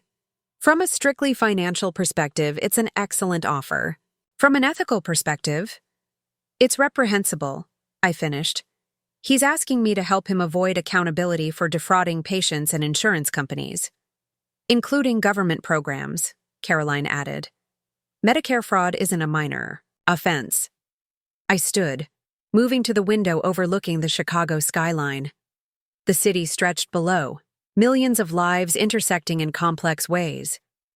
Among them, patients who had trusted James with their health, who had believed in his integrity as a physician. If I agree to this clause and evidence of fraud later emerges through other channels, I asked, would I be legally prevented from cooperating with investigators? Unless you're subpoenaed, yes, Caroline confirmed. You'd be contractually bound to refuse voluntary cooperation. I turned back to face her. And if I already possess evidence? Would I be required to disclose that? Caroline's eyes widened slightly. The USB drive from Olivia? You've verified its contents?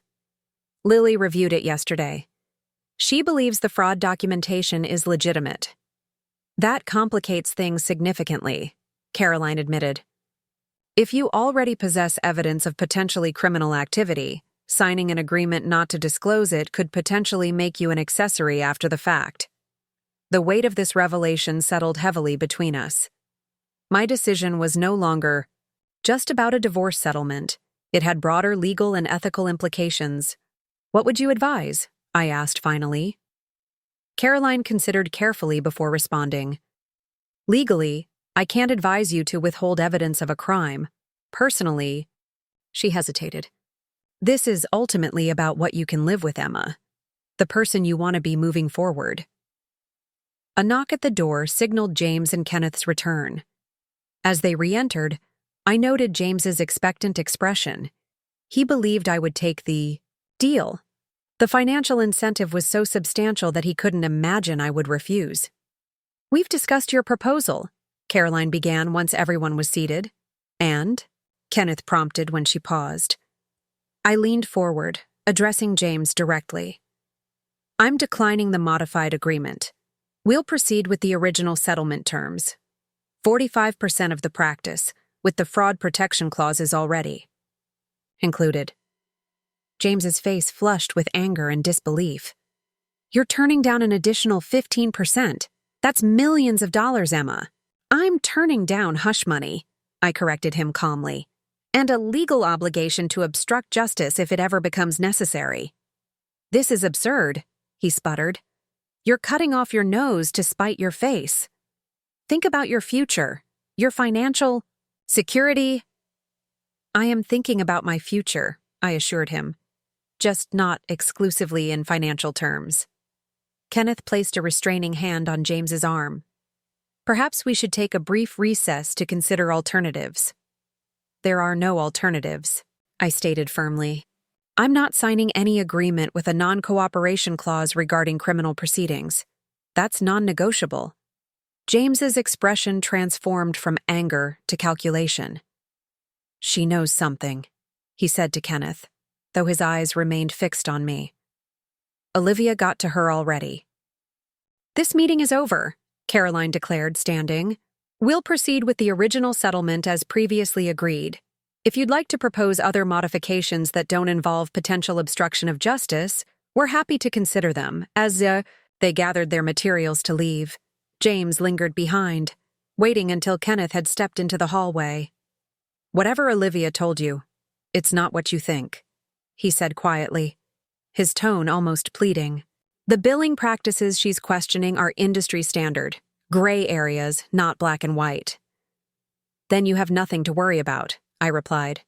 If it's all standard practice, any investigation will clear you. His expression hardened. You've already decided I'm guilty, haven't you? 20 years together, and you're ready to believe the worst based on what? The word of a woman scorned? No, James, I corrected him. Based on your desperate attempt to buy my silence. Innocent people don't offer millions for non-cooperation agreements. As the door closed behind him, I sank back into my chair, the emotional toll of the confrontation finally registering. You okay? Caroline asked gently. I will be, I assured her. But I think we need to discuss next steps, not just for the divorce, but regarding what's on that USB drive. Caroline nodded thoughtfully. There are options. Anonymous tips to regulatory authorities, confidential meetings with investigators, ways to ensure accountability without necessarily putting you in the spotlight. I need to talk to the children first, I decided. This affects them too. Their father could potentially face criminal charges. Of course, Caroline agreed. But don't wait too long. If James suspects you have evidence, he might take steps to conceal or destroy additional documentation. As I left her office, my phone buzzed with a text from Matt. How did it go? I typed back simply. He offered more money for my silence. I declined. Matt's response was immediate. Proud of you, Mom. We both are. The validation from my children meant more than any financial settlement ever could. In choosing integrity over convenience, I was modeling the values I'd always tried to instill in them. Another text arrived, this one from Lily. Rogers called. Dad showed up at the lake house looking for us, said it was urgent. My heart raced. James at the lake house? After our confrontation? What could be so urgent that he'd drive all the way to Lake Geneva immediately after our meeting? Did Rogers let him in? I texted back quickly. No, Lily replied. Told him we were out. Dad seemed agitated. Said he'd wait. I glanced at my watch. I could be at the lake house in just over an hour. Whatever James wanted, whatever his next move might be, I needed to be there to face it directly. On my way, I texted both children. Don't engage with him until I arrive. As I drove north toward Lake Geneva, I couldn't shake the feeling that we were approaching a point of no return. The careful divorce negotiations were unraveling, replaced by something unpredictable and potentially volatile. What would James do now that he knew I wouldn't be bought? How far would he go to protect himself from the consequences of his actions?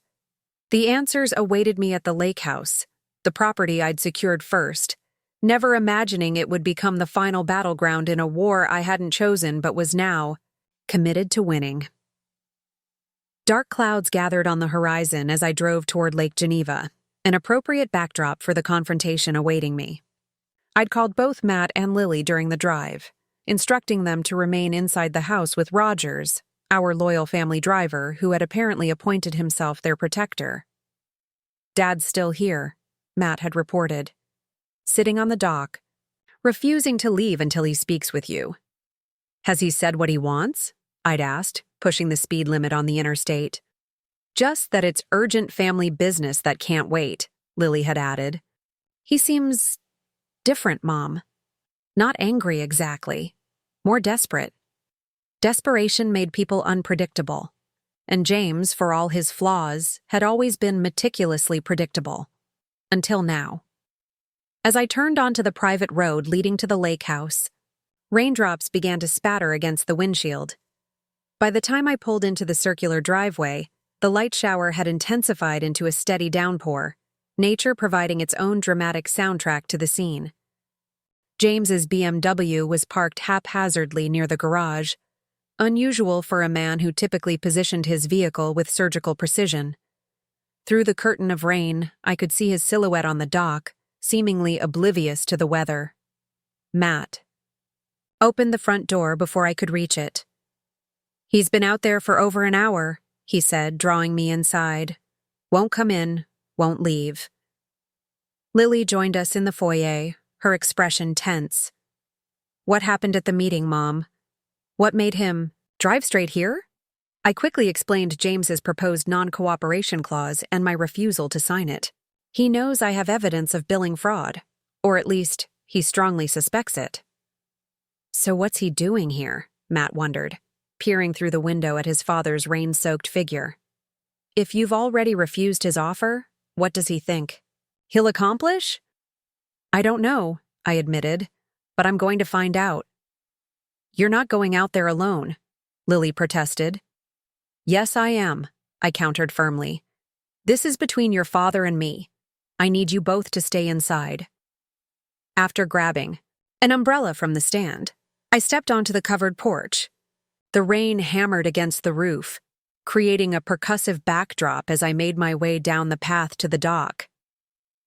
James didn't turn as I approached, though he must have heard my footsteps on the wooden planks. He sat at the edge, shoes and socks, placed neatly beside him, bare feet dangling above the choppy water. His suit, the same one he'd worn to our meeting hours earlier, was soaked through, plastered to his body like a second skin.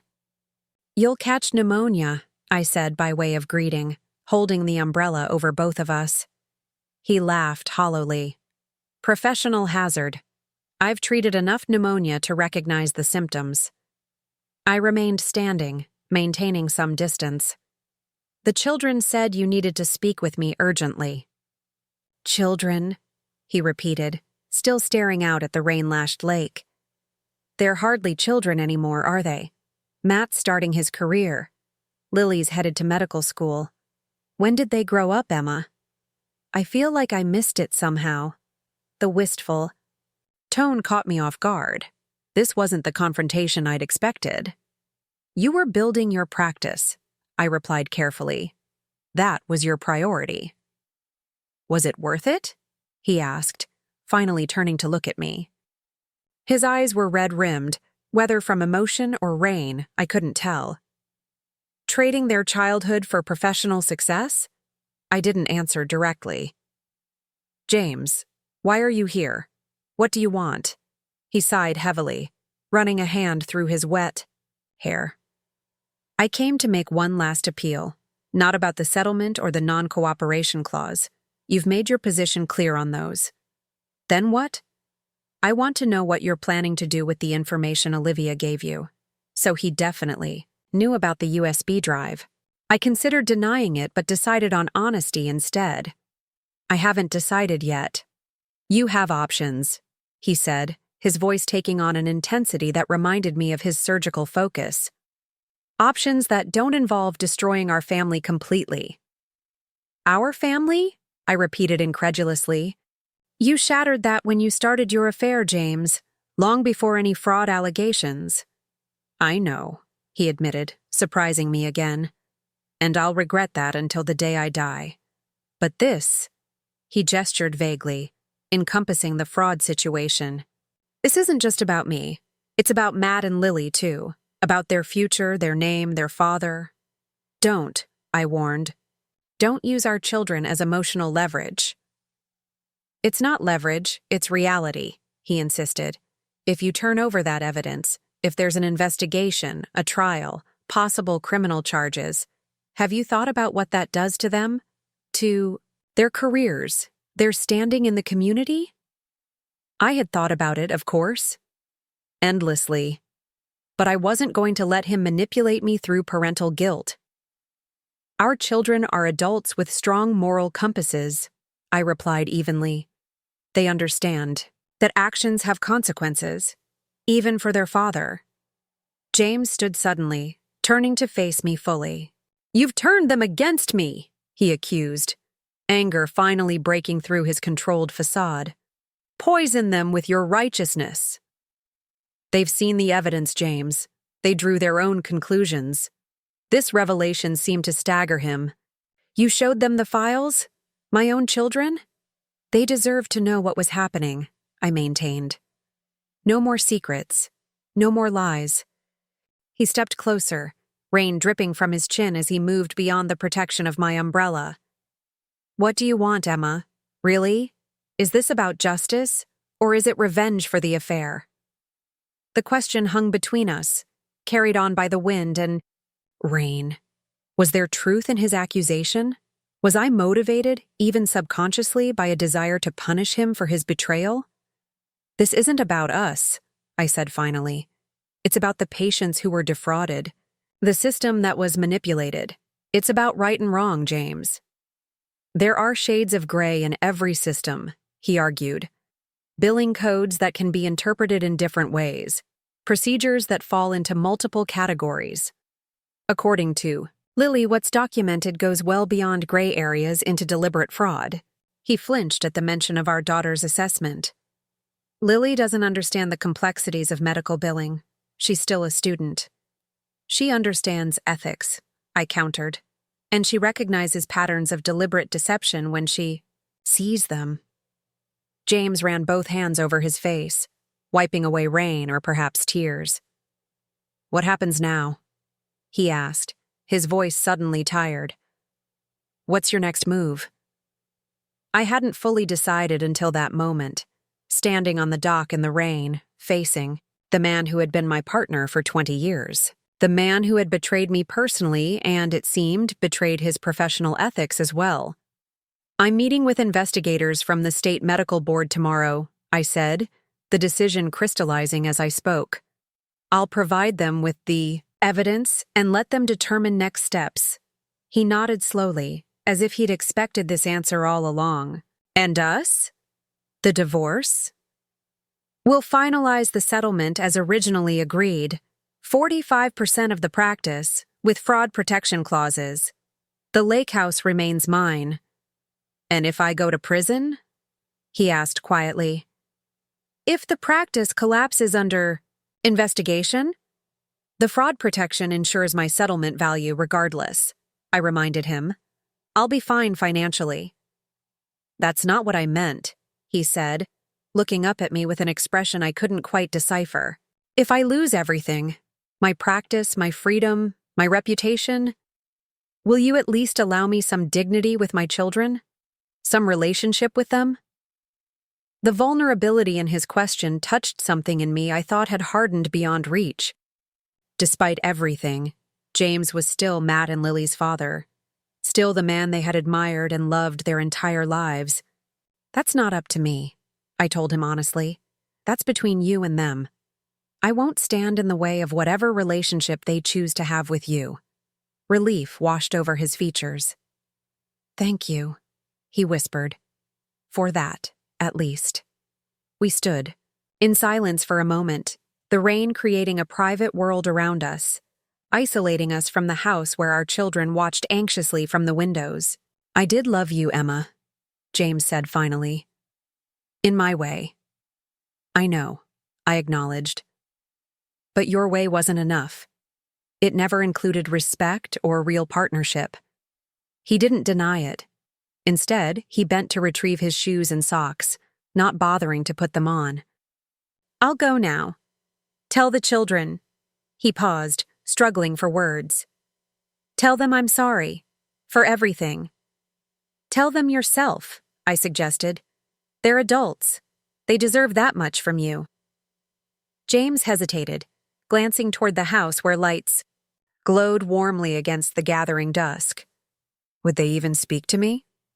Only one way to find out. As we walked back toward the house, side by side but no longer together in any meaningful way, I felt a strange mixture of sadness and liberation. The man beside me had been central to my life for so long, his priorities and preferences shaping my choices, his needs often superseding my own. Now, I was free to chart my own course, guided by my own moral compass. The children were waiting in the living room, their expressions guarded as their father entered, dripping rainwater onto the hardwood floors I'd so carefully restored over the years. "Dad?" Matt acknowledged stiffly. "You're soaked," Lily observed, her inherent compassion winning out as she fetched a towel from the hall closet. James accepted it gratefully, though he made no move to dry himself. "I owe you both an apology," he began, his voice uncharacteristically humble. "For so many things, I don't even know where to start." As he struggled to find words, I slipped quietly from the room. This conversation belonged to them. Father and children reckoning with uncomfortable truths, perhaps finding a path forward, perhaps not. Either way, it wasn't my battle anymore. In the kitchen, Rogers was preparing coffee, his presence a comforting constant amid so much change. "Everything all right, Mrs. H?" he asked quietly. "Not yet," I admitted. "But it will be." Through the window I could see the rain beginning to ease, the worst of the storm passing. Tomorrow would bring new challenges, meetings with investigators, potential legal ramifications, media attention perhaps. But tonight, in this moment of temporary calm, I allowed myself to feel the first tentative stirrings of peace. Not the peace of resolution, that was still to come, but the peace of knowing I had faced difficult choices with integrity, chosen right over easy, truth over comfort, the peace of reclaiming not just a lake house, but myself. 3 months passed with the speed of seasons changing, summer giving way to autumn, green leaves turning brilliant gold and crimson around Lake Geneva. The investigation into James's billing practices had moved with surprising efficiency once I provided the evidence to the state medical board, who promptly involved federal authorities due to the Medicare fraud implications. James had surrendered, his medical license pending investigation. A strategic move his attorneys suggested might demonstrate cooperation and mitigate potential sentencing if criminal charges followed. His practice partners had distanced themselves, claiming ignorance of the fraudulent billing while scrambling to implement enhanced compliance measures that should have existed all along. The divorce had been finalized weeks earlier, 45% of the practice value secured in trust regardless of the investigation's outcome, the lake house officially recorded in my name alone. Retirement accounts divided as agreed. Clean, clinical, completed with signatures on documents rather than ceremonial pronouncements. "You've weathered this remarkably well," Caroline observed over lunch at a small French bistro near her office. Our professional relationship had evolved into friendship during the months of legal maneuvering and crisis management. "I had excellent legal counsel," I replied with a smile, raising my water glass in a small toast to her. She shook her head. "It wasn't the legal strategy that got you through this, Emma. It was your strength of character. Not everyone would have made the choices you did." I considered this as I broke apart a crusty piece of baguette. "You mean turning over the evidence?"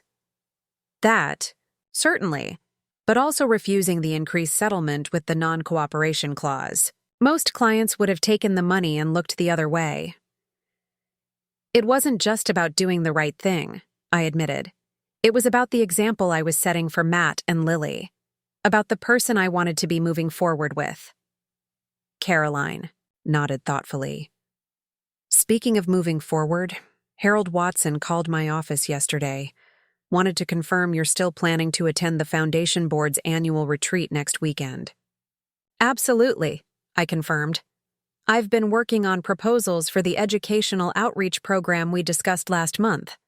Harold seems enthusiastic about expanding into underserved communities. Emma Harrington, social crusader? Caroline teased gently. James never saw that side of you, did he? James saw what he wanted to see, I replied without bitterness. A supportive wife, a capable mother, a useful social connector for his practice. But to be fair, I never fully showed him who I could be. I was too busy fulfilling the role I thought I was supposed to play. My phone buzzed with an incoming call. Lily. I excused myself to answer. Mom, have you seen the news? Her voice held an urgency that immediately put me on alert. No, what happened? Dad's been formally charged. 6 counts of healthcare fraud, 4 counts of making false statements relating to healthcare matters. It's all over the medical community channels. I felt a complex wave of emotions. Vindication that the evidence had been deemed credible enough for charges. Sadness for what this meant for James's future. Concern for my children's well-being. Are you okay? I asked, knowing how challenging this public confirmation must be for her, especially within her pre-med circles. I'm fine, she assured me. People have been surprisingly supportive. Professor Winters even used it as a case study. In medical ethics yesterday, anonymized of course, but I knew. And how did that make you feel? Proud, actually, she said after a moment's reflection. Proud that we chose the truth, even when it was difficult. It's what doctors are supposed to do. First, do no harm. As I ended the call and returned to the table, Caroline studied my expression. The formal charges? I nodded. News travels fast in legal circles. Medical, too, apparently, she observed. How is Lily handling it? Better than I expected. Than either of the children are, really. I sighed, pushing my plate away. They've shown remarkable resilience through all of this. They had an excellent example, Caroline noted. Now, there's something else we should discuss while we're here. Your professional future. My little design business, you mean? I smiled, slightly. It's hardly an empire-building opportunity. It could be, Caroline countered. With the right partnerships and vision, the Watson Foundation connections alone could transform your client roster. And there's the matter of your settlement. Funds? I haven't decided what to do with those yet, I admitted. It seems complicated. Money from a practice built partly on fraud. Which is exactly why you should use it constructively, she argued. Transform it into something positive, something that reflects your values, not James's. The idea resonated, sparking possibilities I hadn't fully considered. The settlement funds were substantial, more than enough to expand my design business into something more ambitious, more aligned with my evolving sense of purpose. I've been thinking about architectural restoration, I said slowly, the vision crystallizing as I spoke. Historically significant properties in disadvantaged neighborhoods, preserving community landmarks while creating usable spaces for local organizations. Caroline's eyes lit up. Combining your design expertise with social impact. That's precisely what I'm talking about. We spent the next hour outlining possibilities, Caroline's legal mind complementing my creative vision in ways that left me energized and focused. By the time we parted, I had the framework of a business plan that felt both practical and purposeful. As I drove back to Lake Geneva that evening, the setting sun painted the sky in breathtaking shades of pink and gold.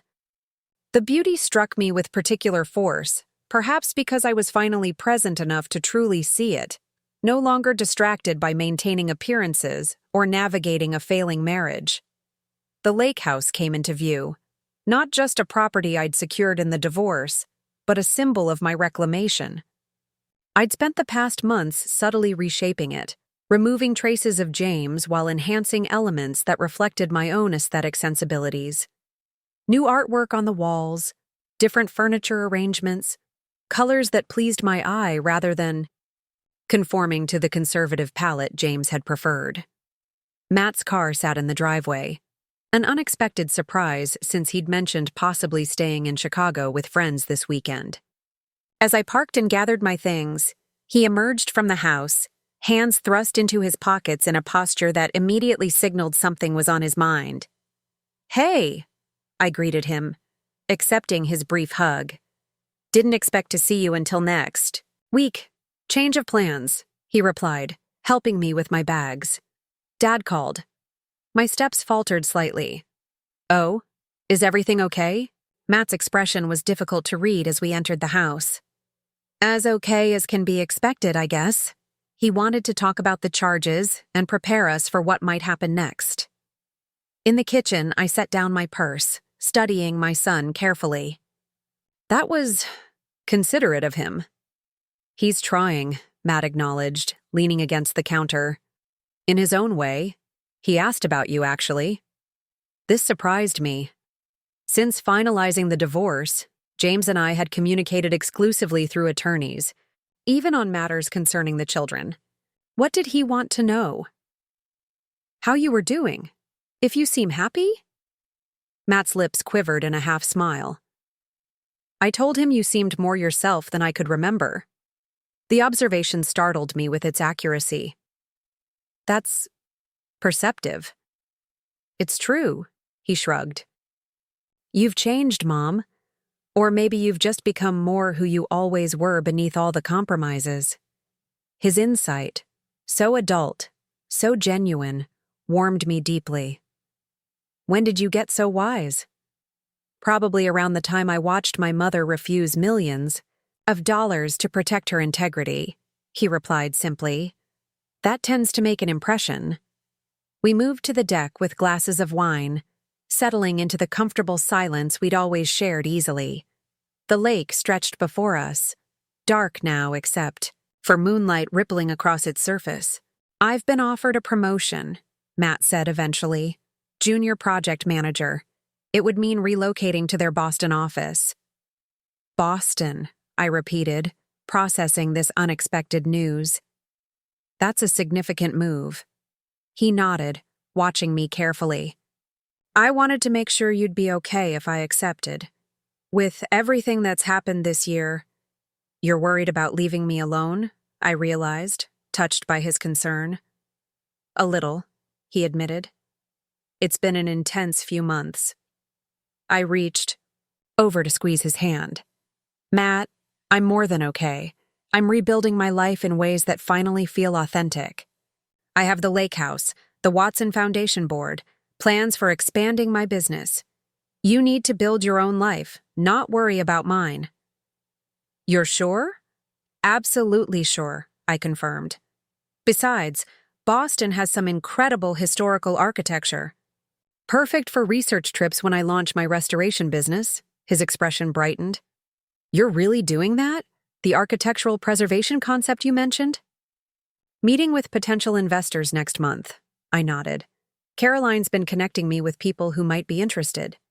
We talked late into the night, Matt sharing his professional aspirations while I outlined my business vision. The conversation flowed with an ease that reflected our evolving relationship.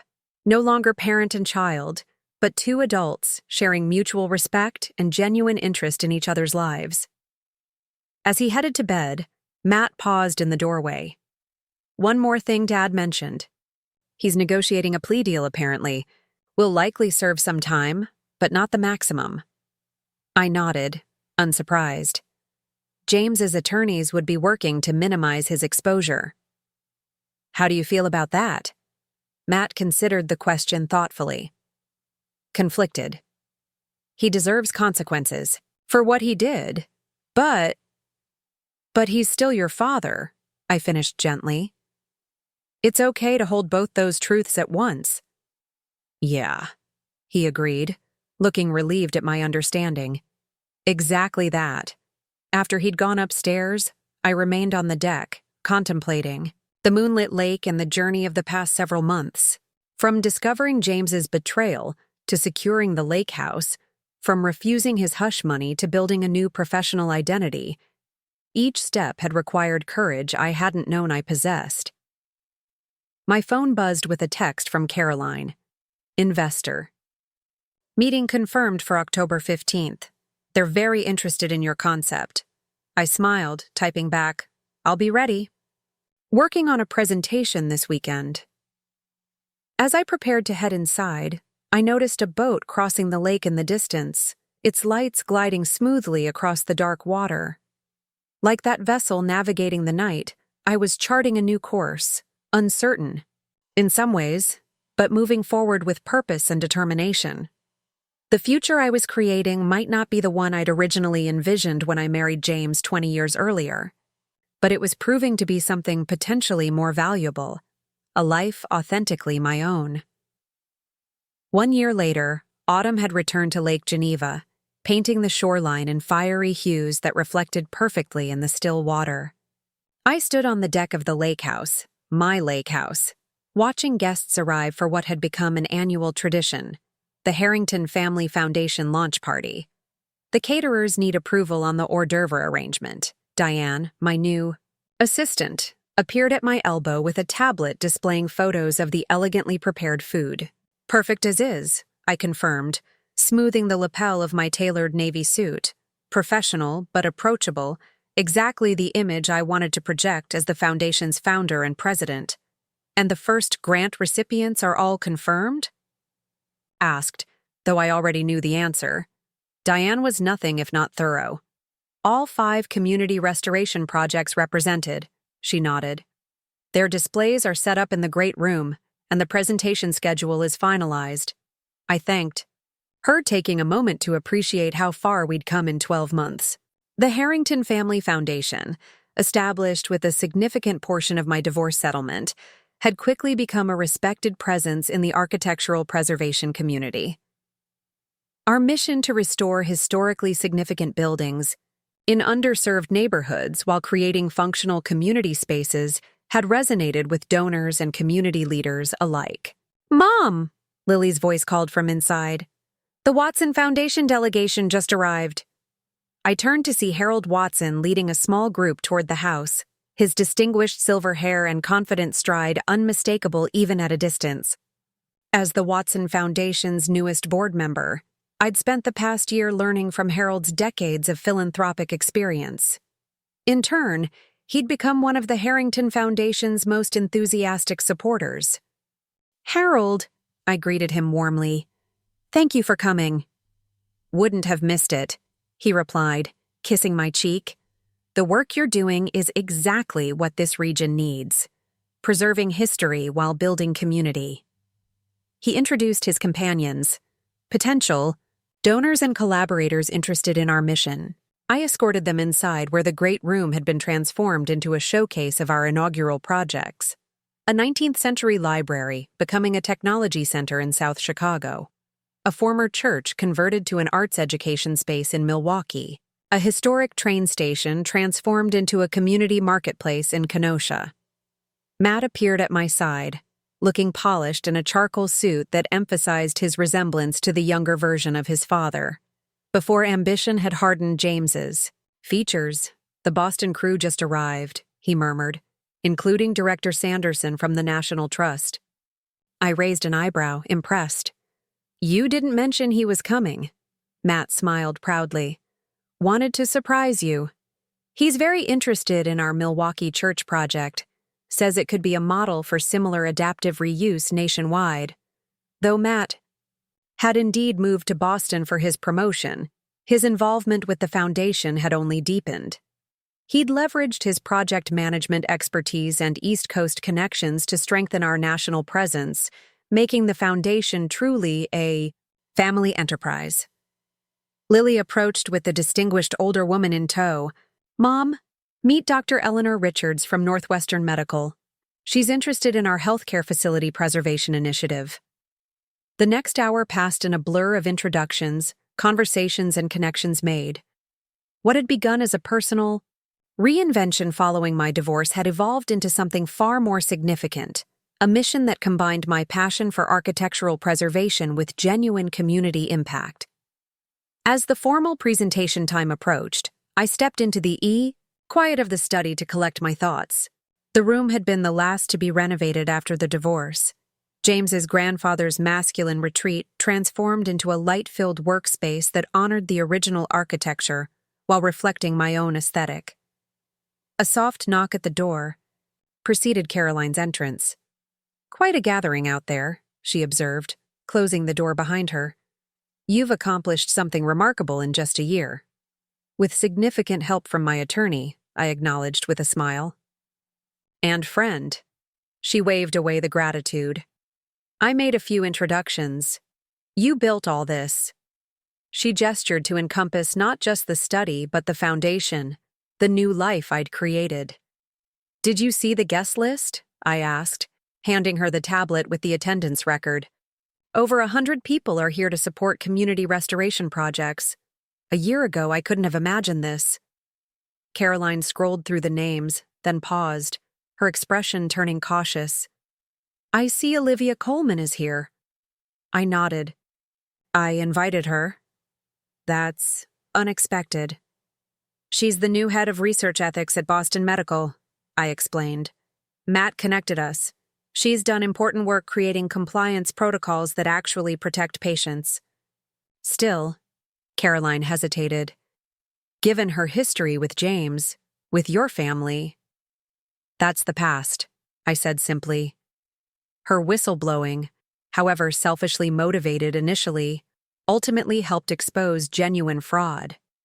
Patients are better protected because of it. Caroline studied me with admiration.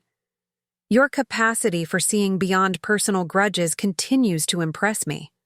Another knock interrupted us. Rogers, still part of my life though now as the foundation's driver rather than our family employee. "Ms. Harrington," he said formally, though his eyes held the familiar warmth that had sustained me through the darkest days of the divorce. "There's a special delivery for you at the front door. Required your personal signature." Puzzled, I followed him to the foyer where a courier waited with a medium-sized package. After signing, I brought it back to the study, Caroline watching curiously as I opened it. Inside was a beautifully bound leather portfolio and a handwritten note I immediately recognized as James's distinctive script, though it seemed less confident than in years past. "Emma, Matt tells me the foundation launches today. I wanted to contribute something meaningful, despite my circumstances. These are the original architectural drawings of the lake house from 1912, found in my grandfather's papers during my mother's recent move. They belong with you, with the house, with the work you're doing now."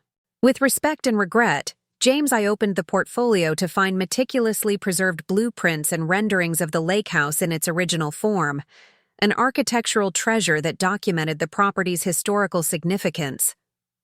"From James?" Caroline asked, noting my expression.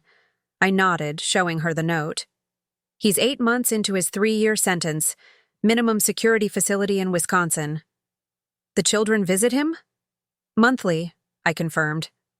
"It's been healing for them in unexpected ways.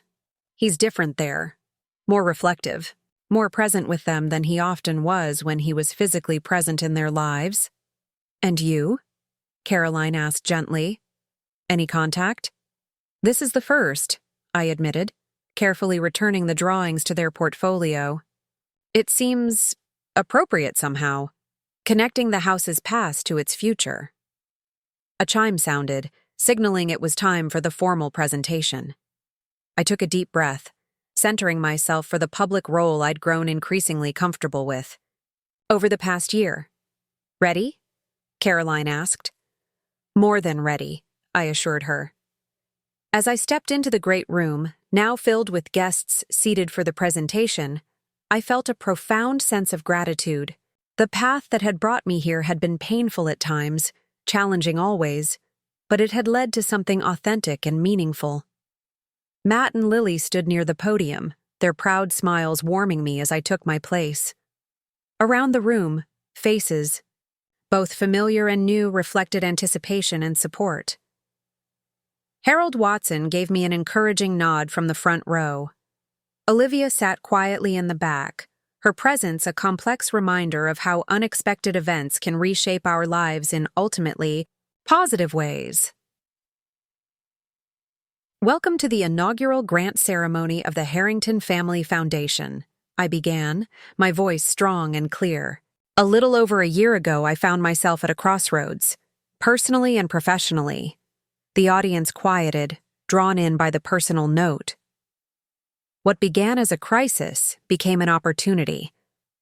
An opportunity to reclaim not just this beautiful lake, house, I gestured to the historic space around us, but to reclaim my own sense of purpose, to transform something broken into something meaningful and lasting. As I outlined the Foundation's mission and introduced our first grant recipients, community leaders with vision and determination that matched my own, I reflected on the journey that had brought me here. From the shocking moment of discovering Olivia in my vacation home, to the strategic reclaiming of the property, to the painful revelations about James's professional misconduct, to my refusal to be silenced or bought, each step had required courage I hadn't known I possessed. The woman who had once defined herself primarily as James Harrington's wife now stood confidently as Emma Harrington, Foundation President, Preservation, Advocate, respected board member, and, most importantly, author of her own story. After the presentation, as guests mingled and celebrated our inaugural grant recipients, I stepped outside for a moment of quiet reflection. The lake stretched before me, its surface catching the last golden light of day. In its mirrored perfection, I could see both what was and what could be, the past honored, the future embraced. Matt joined me, handing me a glass of champagne. "To the Foundation," he toasted, "and to you, Mom." "To family," I countered, including Lily, who had appeared at his side, "the one we're rebuilding together." As darkness fell, lights from the house created a warm glow that extended into the water, much like the Foundation's work extending into communities beyond our immediate reach. One small effort creating wider ripples of impact. The lakeside property that James had once brought his mistress to, never expecting consequences, had become the headquarters of something meaningful and lasting. The vacation home I'd claimed through quick legal maneuvering had transformed into the center of my reclaimed life. Sometimes I reflected as I rejoined the celebration inside, the greatest gifts come disguised as our greatest challenges. And sometimes the path forward only becomes clear when we're forced to let go of the path we thought we were meant to follow. I wasn't just Emma Harrington, ex-wife of a disgraced surgeon. I was Emma Harrington, creator of legacy, builder of community, author of my own story. And that story was just beginning. Looking for more? We've got 2 amazing stories ready for you right on screen. If this one touched you, these are absolutely worth your time. Click to watch them now. And hey, subscribe and hit that bell to never miss our latest uploads.